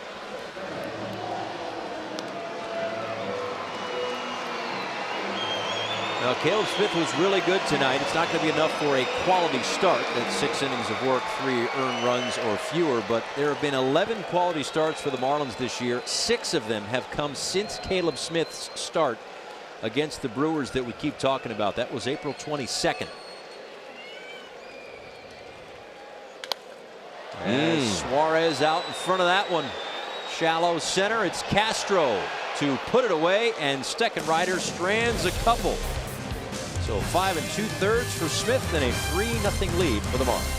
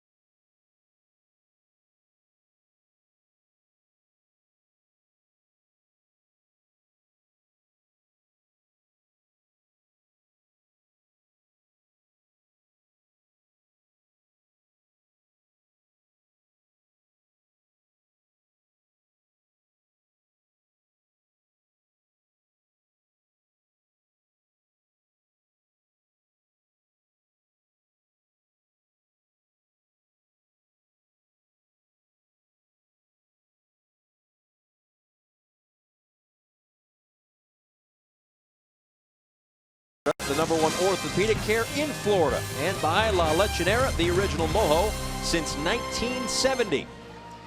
A nice crisp night in Cincinnati. 3-0 lead for the Marlins as we go to the top of the 7th inning. Inside the broadcast booth, Paul Severino, Todd Hollinsworth. So home runs, again, the story of the ball game tonight. Starlin Castro, congratulations, his 100th career home run. Justin Bour, a home run to straightaway center field. And oh, by the way, Caleb Smith, yet again another nice outing. Yeah, that's where I'll go. That's the fun spot for me. I love the home run. Certainly good to see Justin Bour huge at bat. Obviously, Starlin's home run, his 100th. Congratulations to him as well. But Caleb Smith, outstanding.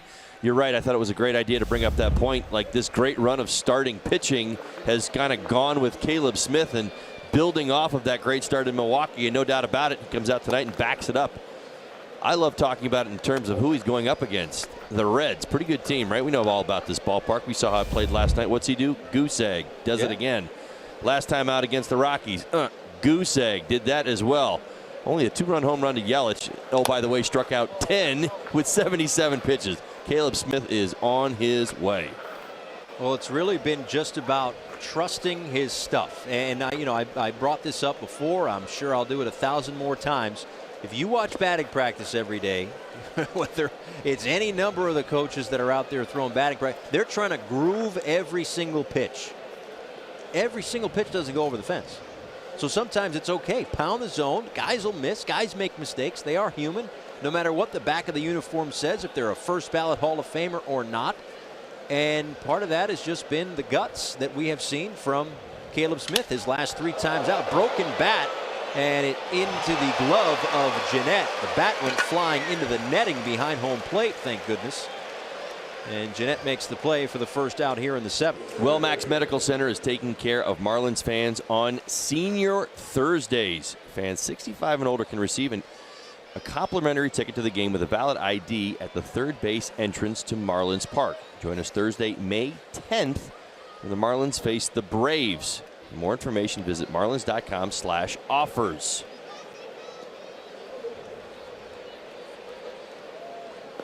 So here's Lewis Brinson against Austin Bryce, who hasn't allowed a run in any of his last 6 outings. As he just got Dietrich, he has now retired 21 of the last 26 batters that he's faced. 9 of those by strikeout.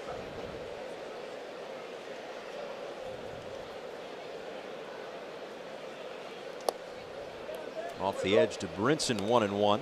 Brinson struck out in the second, flew out in the fourth.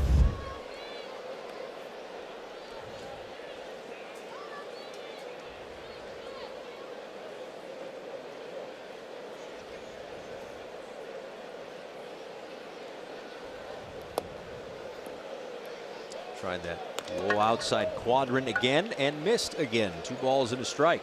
Bryce fastball, slider. Throws hard, 93, 95 miles an hour. Uses a fastball about 70% of the time. Tries to put the hitter away with that slider. You just saw it.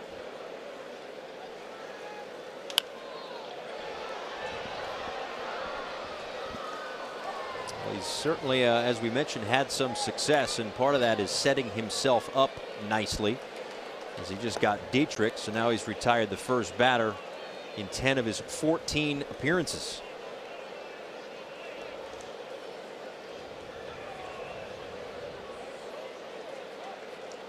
And the 2-2 to Brinson is foul. Yeah, I'll tell you what, a slider certainly will speed up your bat. You saw it right there from Brinson. I think that's why he's laughing.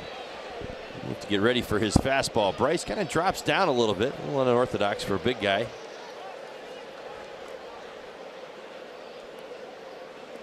He's about 3/4. He's got arm side tilt.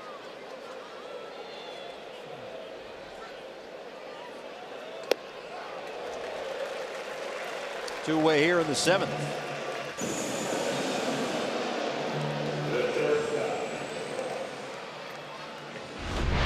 No messing around, not back to the slider. Here comes the fastball. You see that running action towards the top of the strike zone as Brinson swings through. 2 down in the 7th.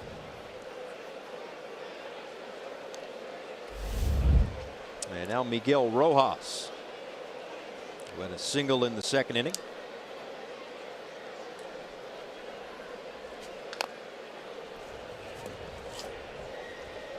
Line, of course, complete on Malley, by the way. He went the first 6 innings tonight. 5 hits, 3 earned runs, all by way of the home run. Didn't walk anybody, struck out 4.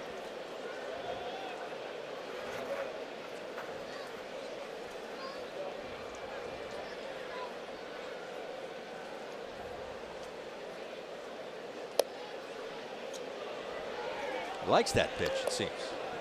A lot. Well, you see a sequencing against the right-handed hitters. He's kind of running the fastball in on their hands and then going with the slider away. It's a little back and forth.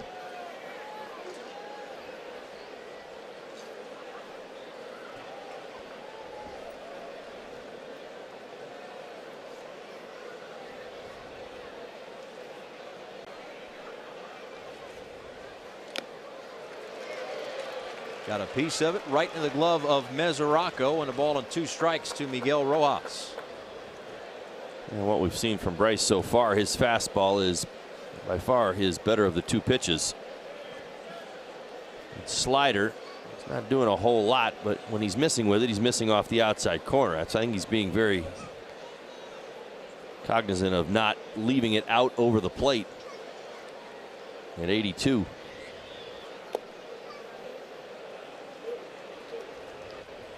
Bryce pitched in 15 games for the Marlins back in 2016. Had a 7.07 ERA in 14 innings of work. Struck out 14 in those 14 innings, however.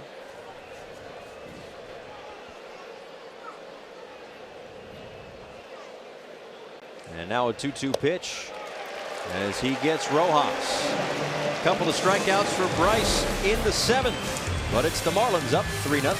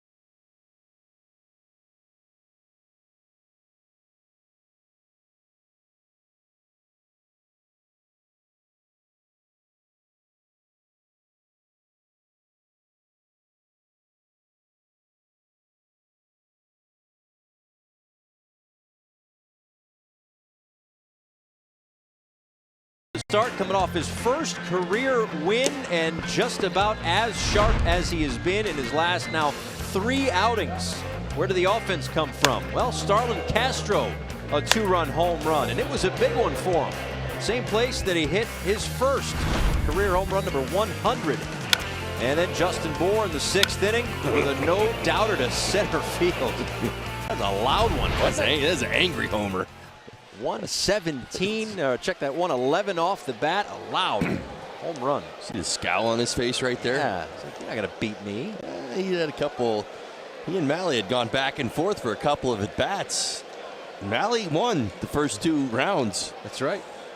Not round number 3, though. Oh, Siree Bob, a solo home run, his 6th, his team leading 6th home run.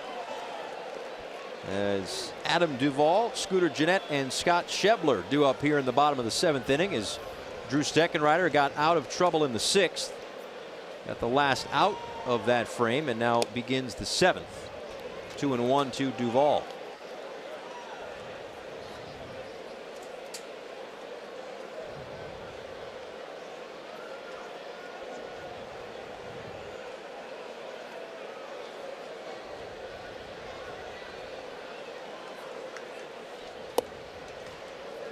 Three and 1. He's had his struggles in the first month or so of the season, hitting just 164. But the last 2 years, 64 home runs, 202 RBIs. One of only 3 players in the big leagues with at least 68 doubles, 64 homers. Boy, they think that's a ball, and it's just not. It hasn't been. Well, we've had some interesting takes from Cincinnati Red hitters. It's been a strike all night long. It's clearly catching the outside corner. In all fairness, it has been there, for the Marlins as well.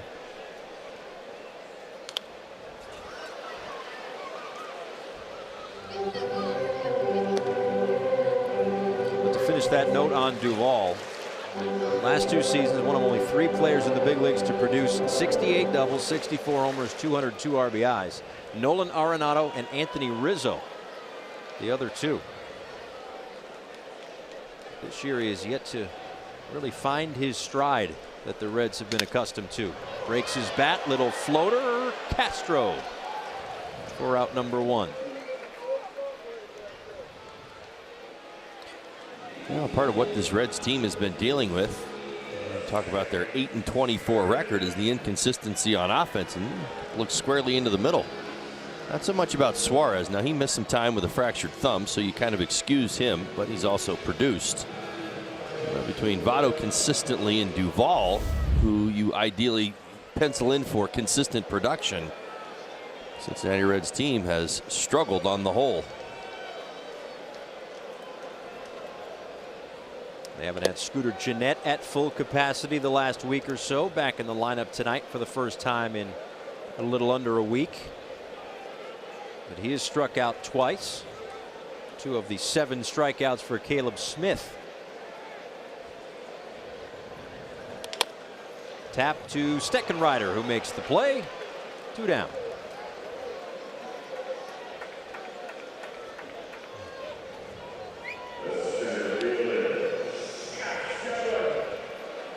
Well, that is the thing about the Reds. I mean, they've got guys that can do damage offensively. Well, there's no doubt about that. You're right. Let's be honest. I mean, what you would expect, Paul, I think you'd agree. At some point, they're going to heat up, and they're going to be much like the Reds that we saw last year. That was a very good offensive team. In fact, they've got signs. I mean, their on-base percentage ranks in the top 5 in the National League, but they're striking out, and there's been things with the runners in scoring position and the power, and of course, you've got other things that are factors. But the offense, I think you'll see probably by the time the temperatures get really warm here, that those numbers are going to go up. Ball and a strike to Schebler. Yeah, I talked to Jim Riggleman, their manager, before the game today. He said, listen, we can get a little bit better on offense, starters, relievers. If those just get a little bit better, then we're going to be in really good shape. Of course, they have certainly carved themselves quite a hole in a very tough National League Central. as at the moment now 11.5 back of the St. Louis Cardinals. I think they're in the position where better is what they're searching for. Exactly. That's I say that quite generally speaking. There's a called strike 3. 3 up and 3 down in the 7th for Steckenrider. He's got 4 outs out of the bullpen. Marlins lead it 3-0.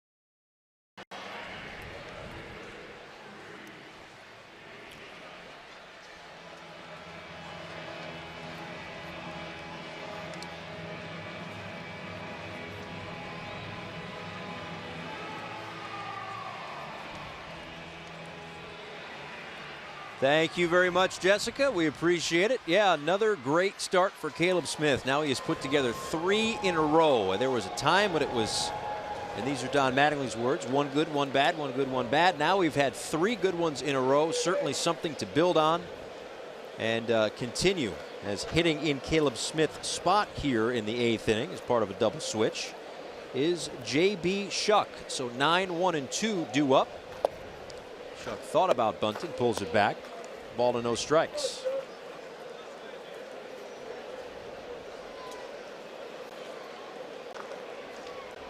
Shuck came in part of a double switch back in the 6th inning, so he gets his first at bat tonight.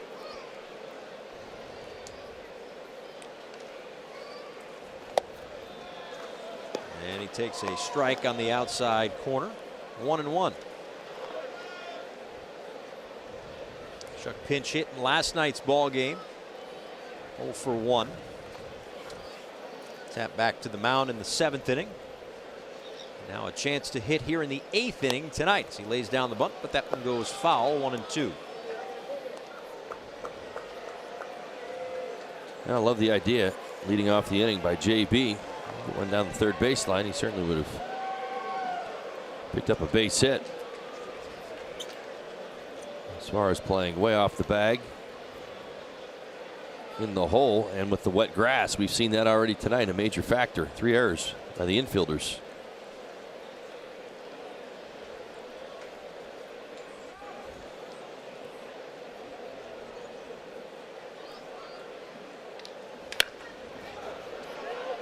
And no one is home. Shuck's able to reach.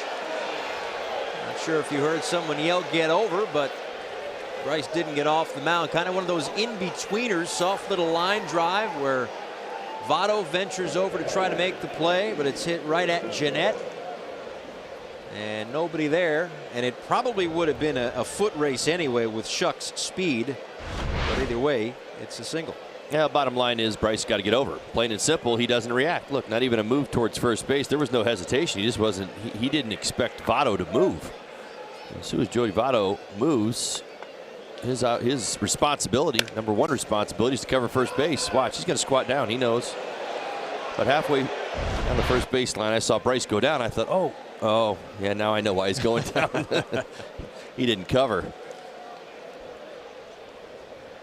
Yeah, and that's got to be an instant reaction, especially with the speed of Shuck. But either way, the Marlins will take it, as that got a piece of Real Muto. So quickly, 2 on, and nobody out here in the 8th inning. Well, maybe some frustration from Bryce. Mad at himself. First pitch up and in on JT. Now he's in some trouble.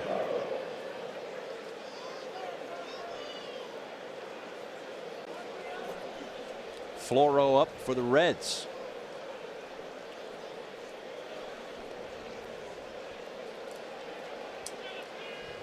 So here's Prado, singled and scored back in the first. Ground out, fly out. Now a chance to tack on to a 3-0 lead against Austin Bryce, who came in and set down all 3 batters that he faced in the 7th inning. But here in the 8th, the infield single for Shuck and the hit by pitch have him in some trouble, but have the Marlins in business. There's the 1-0 pitch to Prado. Fouled off of Mesoraco at home plate.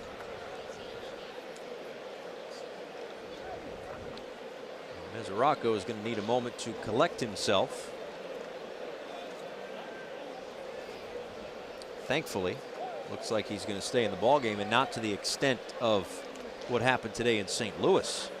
Jordan Hicks on the mound. The guy throws consistently in the hundreds, at 100. He threw a 102-mile-an-hour pitch that got tipped at the plate and caught Yadier Molina where there's not a lot of padding. We'll put it that way. The no-go zone. That's another way to put it. Sure. Out to center field. Schebler comes in, and Prado is retired. I believe he had to come out of the ball game, didn't he? He went down in a heap. I can't say I blame him. But fortunately for the Reds, Mesoraco will stay in the ball game, and now 2 on, 1 out for Starlin Castro. Castro with career home run number 100 back in the first inning.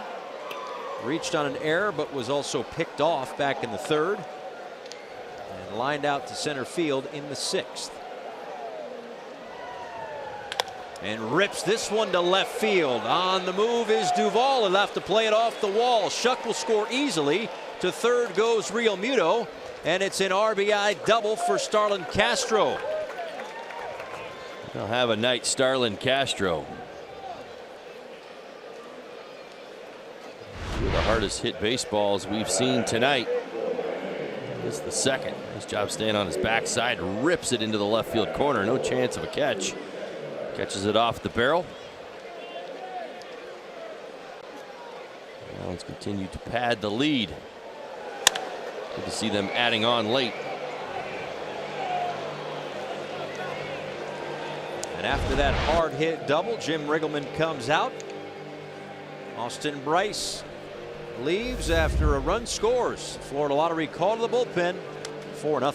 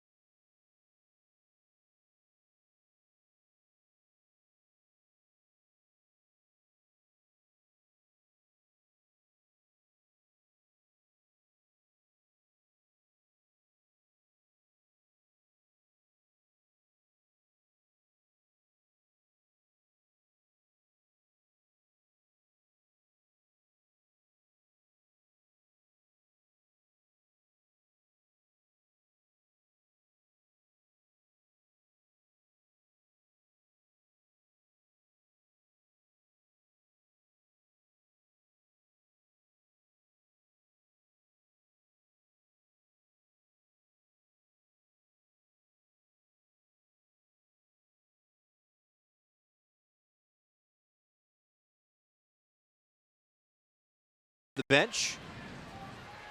He's hitting in the number 4 spot. Justin Bohr lifted as part of a double switch earlier in this ball game, so it's essentially the pitcher spot coming back up. So Maben up with Real Muto at third, Castro at second, and Dylan Floro on the mound, pitching in his 8th game this year for the Cincinnati Reds. An ERA under 1. They'll play the infield in, try to keep the Marlins at 4-0 as Maben fouls the first pitch straight back.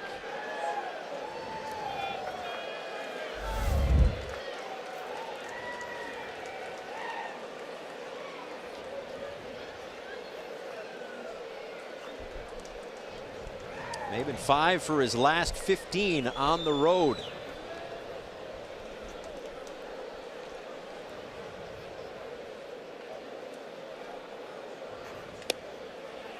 Called strike. So 1 run already in the inning thanks to an RBI double from Starlin Castro. Again, he's on at second. Real Muto is on at third. He was hit by a pitch.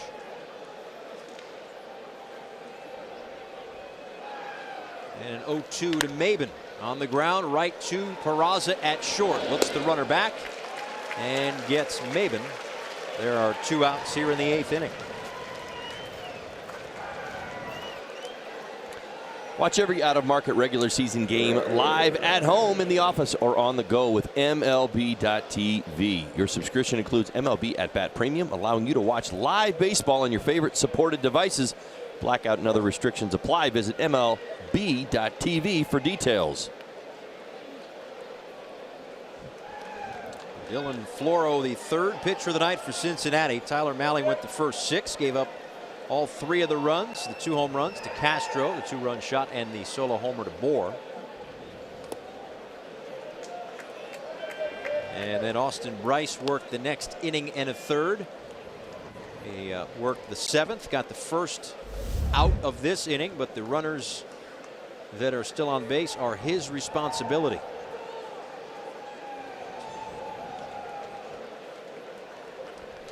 The 1-0 to Brian Anderson, fouls it straight back. Good pass, but 1-1.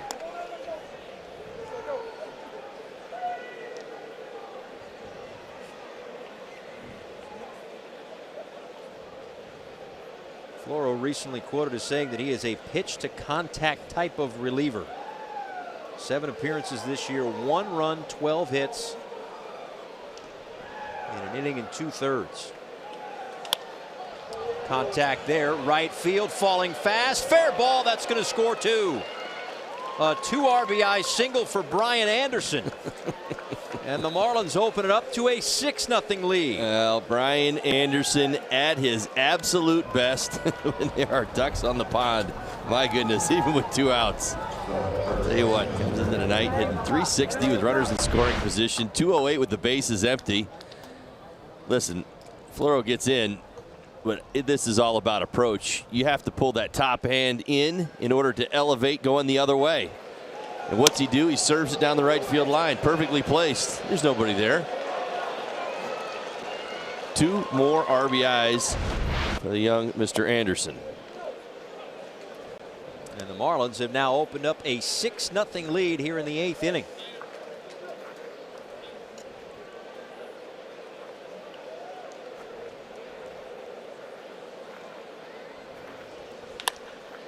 Chop to the right side.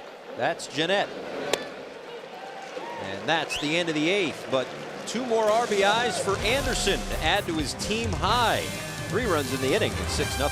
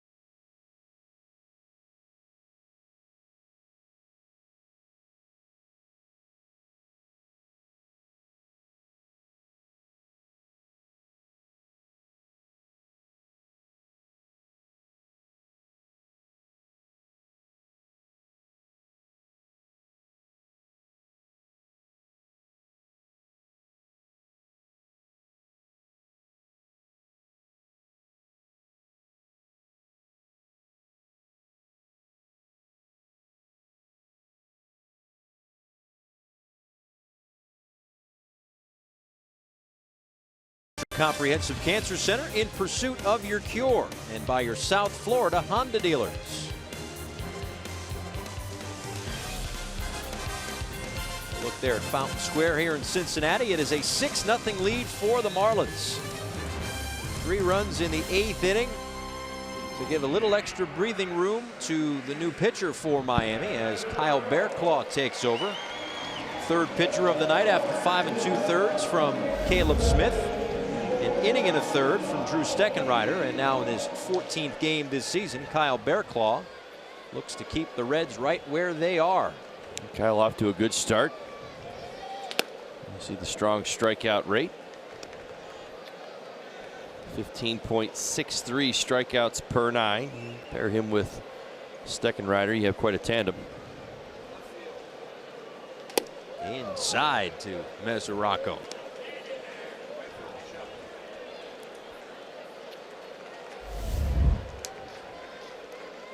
For 2 tonight for Mesoraco, grounded into a inning-ending double play back in the 5th. That was certainly a rally killer for Cincinnati, as they had Smith on the ropes, but he was able to get out of trouble, wiggle out of some trouble in that inning. And currently in line for his 2nd career win. With a 6-0 lead here in the bottom of the 8th inning. A new look, pretty much everything. We got Maven, Brinson, and Shuck out there in right. And then Prado, Rivera, Castro, Rojas moves from short to first base, and into the game is Yadiel Rivera. You get pretty much everybody moving around. Yeah, I love it. You're right. I'm just finishing my pencil work here. Have you ever announced an all-star game before? No. That is a disaster. Yeah. Let me tell you what, because right around that 5th, 6th inning, when there's just the wholesale changes, oh my goodness. You've got to go in ready, right? I mean, you're anticipating, the entire roster playing. It's tough, but you know it's coming, and you hope that like commercial break where everything switches. You can catch back up again. It's a little bit longer, right? Or you hope that the first ball of the inning isn't hit to the new right fielder that you have no idea has just popped in the game because there's 14 changes. But I think we've got these covered. Mesoraco draws the walk.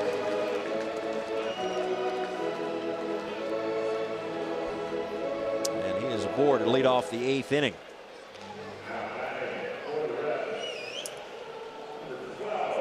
Now, the last 3 outings for Bearclaw have been scoreless. Nice job there. He's wiggled out of some trouble. But the one thing that stands out now, as we mentioned, 6 strikeouts in those 3 appearances, 5 walks, now 6 walks.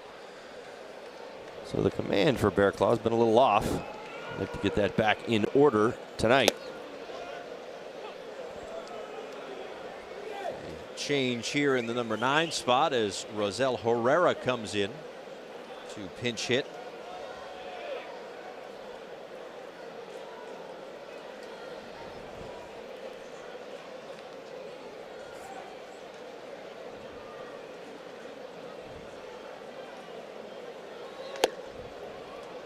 There's a strike, 0-2. He was signed by the Reds to a minor league contract, an invitation to Major League spring training this year. Signed that contract in mid-November of 2017. Originally signed by the Rockies as a non-drafted free agent back in July of 2009.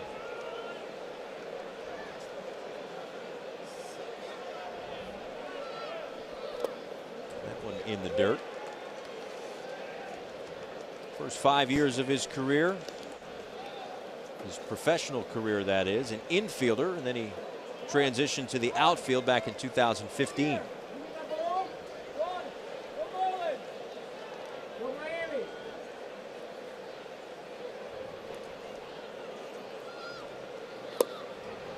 And he comes up empty here in the 8th against Bearclaw, and there is 1 out. Marlins trying to finish up this one, split the first 2 games, and go for a series victory tomorrow. Dan Straley against his former team in his 2nd start in 2018 up against Brandon Finnegan. Again, a special start time here in Cincinnati tomorrow afternoon. They've got a marathon in the morning, so Not a typical 1 o'clock start time. It's a 4:10 first pitch. Marlins live pregame show starts at 3:30. Winker chops one to second. The flip to Rivera, over to Rojas, and that is a double play. Through 8 here in Cincinnati. It's a 6-0 lead.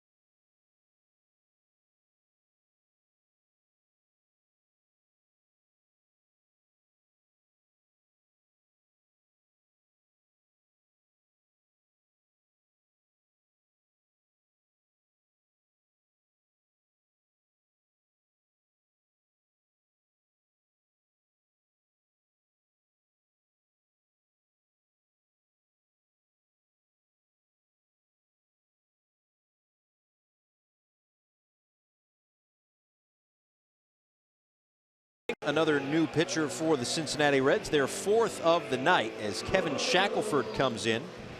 Hasn't pitched for a little while, not since the 27th of April against Minnesota.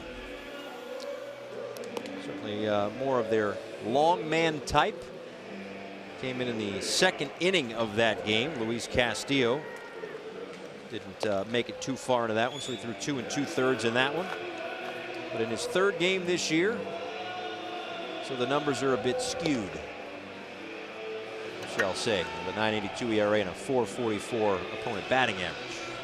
But either way, he will get 7, 8, and 9 for the Marlins.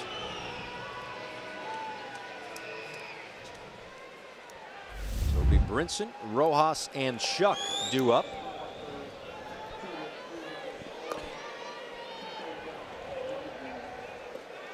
Well, for Shackelford, fastball, slider, the occasional cutter. Throws 92, 93 miles an hour.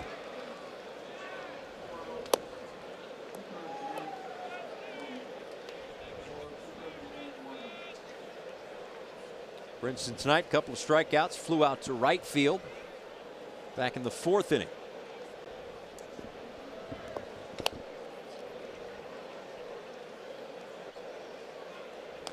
Fouled that one off the end of his bat. 0-2.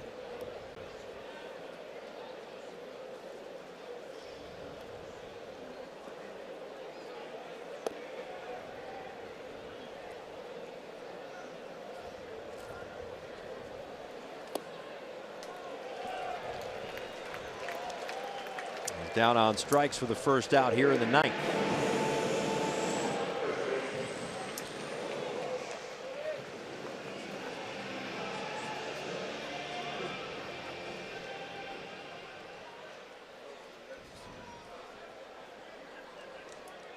Rojas 1 for 3 tonight, had a single back in the 2nd inning.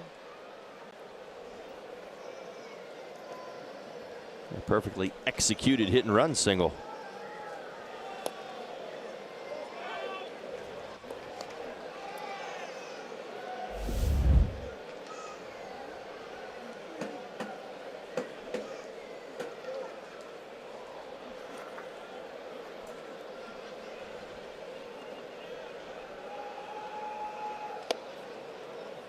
Shackelford has already dealt with a little bit of a right forearm strain. He was on the disabled list from the start of the season until the 23rd of April.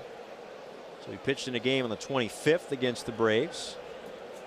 Mentioned the outing he had against the Twins in Minnesota.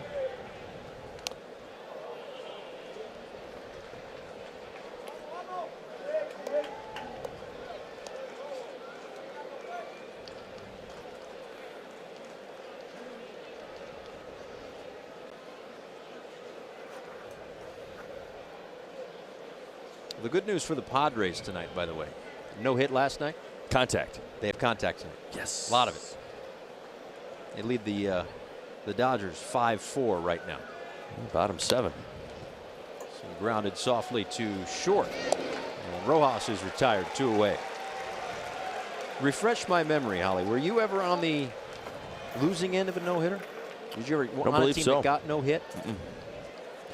Not at least in a game that I started. I suppose, you know, in my last 4 or 5 years in the big leagues, there could have been a game where I may have been on the bench to start the game and maybe came in, but I don't ever remember starting a game being part of something that was not going well for us offensively, or at least to that extent. I did play behind 2. I was involved in 2. Hideo Nomo's no-hitter, which is to this day still, I honestly, I'd argue with anybody. One of the greatest no-hitters I ever not only got to be a part of, but witnessed. I mean, he did it at Coors Field, for crying out loud. That's right. I mean, it was absolutely amazing. That and Ramon Martinez's no-hitter as well. That happened to be my first big league start. Really? Ramon Martinez's no-hitter, yes. How about that? What were the butterflies like? Well, they were individual when the game started. They were collective when the game ended. What? Don't drop the ball. Don't drop the ball. Don't drop the ball. A nice running catch in the gap. I don't want to say I necessarily robbed Terry Pendleton, but oh, sure. Good running catch. Absolutely. We'll take it. Chuck strikes out. Couple in the inning for Shackelford. Last licks for the Reds. Down 6-0.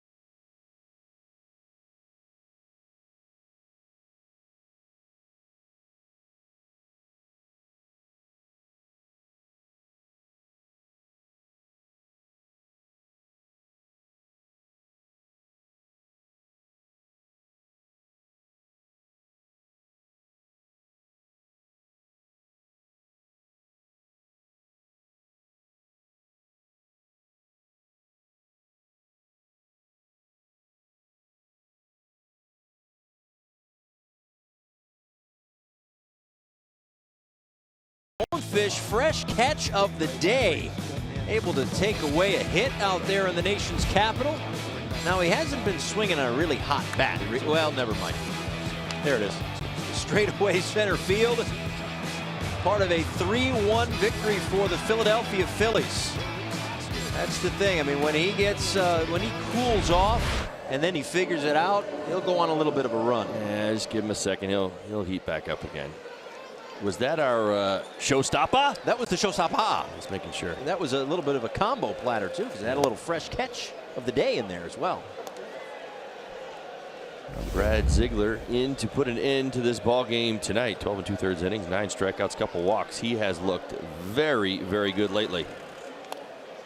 That's a pretty good example of what I'm talking about. Ahead 0-2. His last 2 outings scoreless. Picked up a couple strikeouts 2 outings ago against the Colorado Rockies. 1 clean inning against the Phillies, but the movement is back. Good to see depth on his pitches. He has looked so good of late.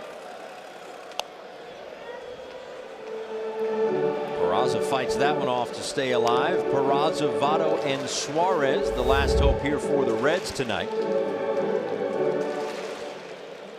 Who have a little work to do to win back-to-back games for just the second time all year.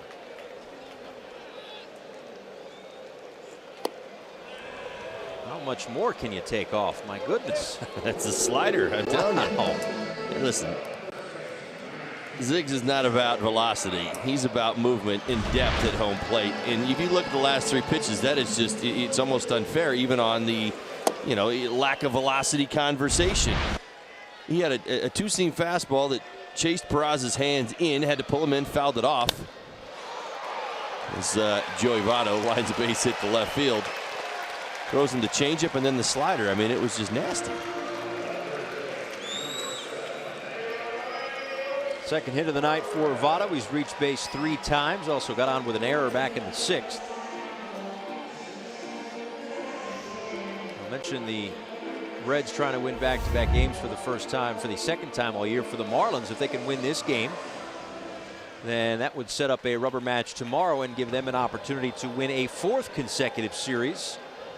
If they can finish this one up and win the finale tomorrow. Suarez taps one foul.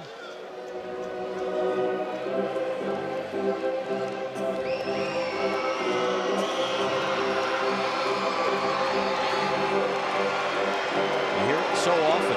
Just you want to win series. I mean, obviously that's the thing about baseball. You know, in 162 games, best of my knowledge, nobody's ever won them all, right? Nobody's ever gone 162-0. Ground ball, Rivera, dug out by Castro, and look at that.